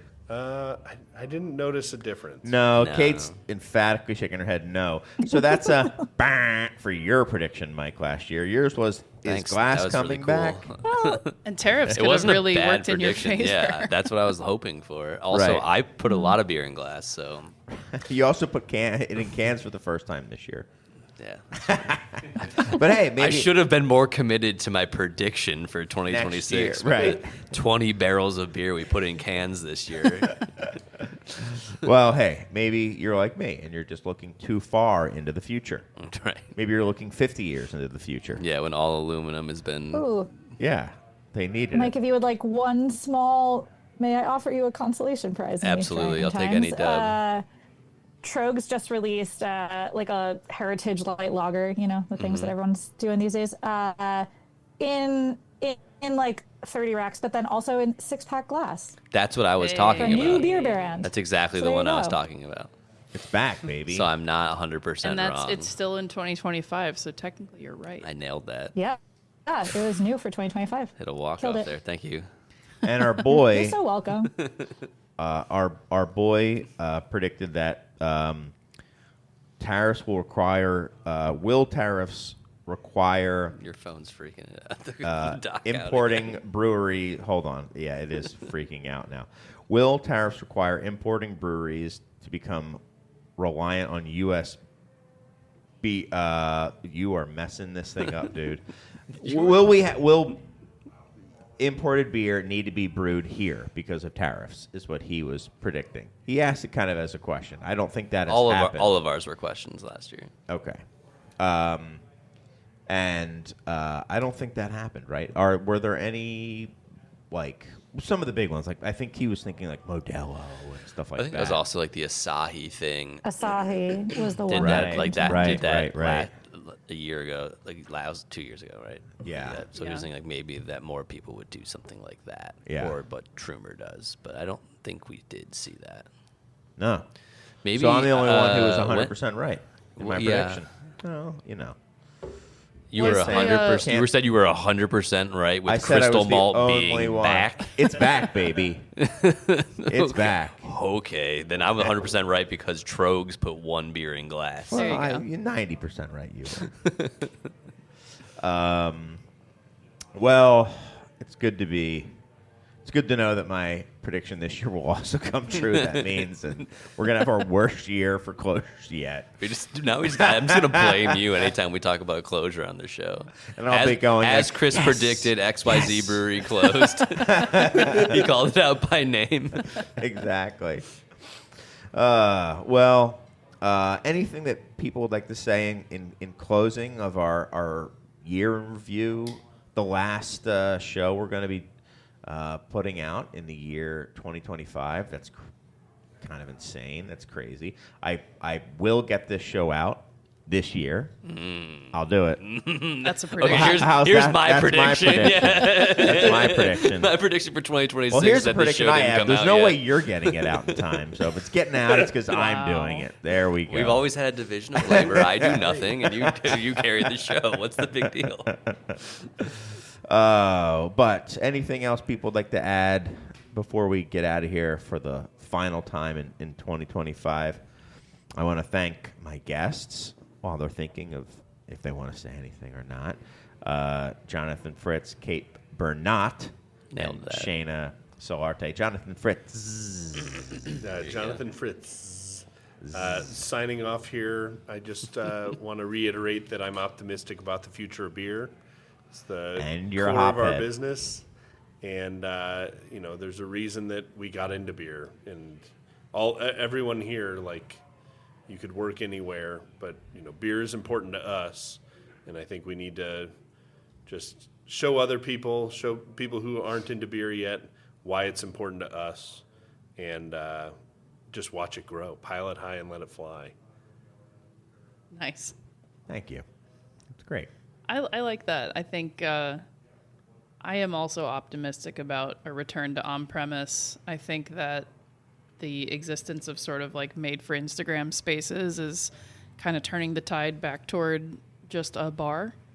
And so I think people are going to start seeking out those communal experiences more than places you can go and hole up and be on your phone. Or maybe you do want to go hole up and be on your phone, but it's just you at your bar stool. You know what I hope kind So of do it. shifts is like this need for like things need to be experiential. Like Yeah. we need to have some experience happening at our place. Like why can't just being there be the experience? Like I think we're getting there. yes, that's what I was hoping Yeah. you were kind of. Yeah, I think Yeah. that like it's sort of a full circle return to like the pub is where you go to escape the doldrums of daily life, and I think that we kind of got away from that, and I'm also optimistic about beer being the the vector, the catalyst, the thing that brings us all around, and whether you're drinking Ripon Lawson's double sip or you're cutting into a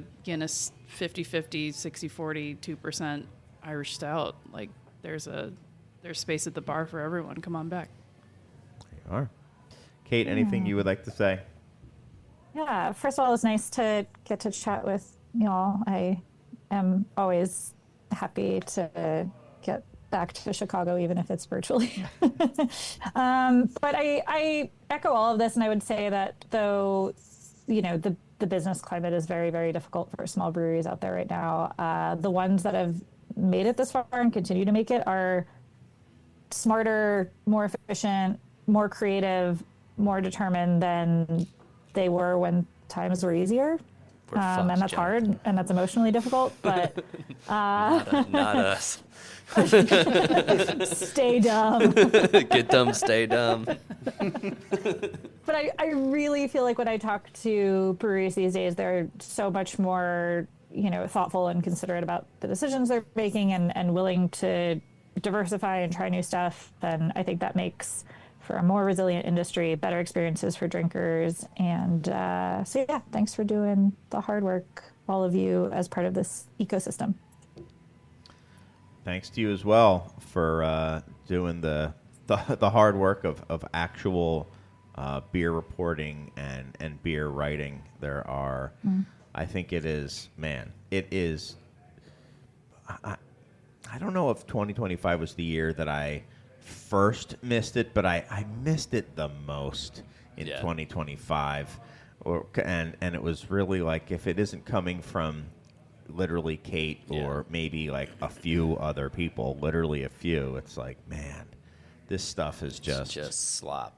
Slop. That's the year. That's the word of the year, apparently. Slop. Oh, I bet AI told them to do that. Probably. So thank you to you. Thanks to you as well, Kate. Do you guys hear the Anchor is closing? Here are the top 10 things about Anchor closing that you're not going to believe. Well, thanks to everyone here. Thanks to everyone listening. And we'll see you next year for more of the Beer Temple podcast. Take us out, Serge. Remember, this is what we said. To never be heard or seen from again. Remember, this is what we wanted. Remember, this is what we said. To never be heard or seen from again. Remember, this is what we wanted. Remember, this is what we said. To never be heard or seen from again.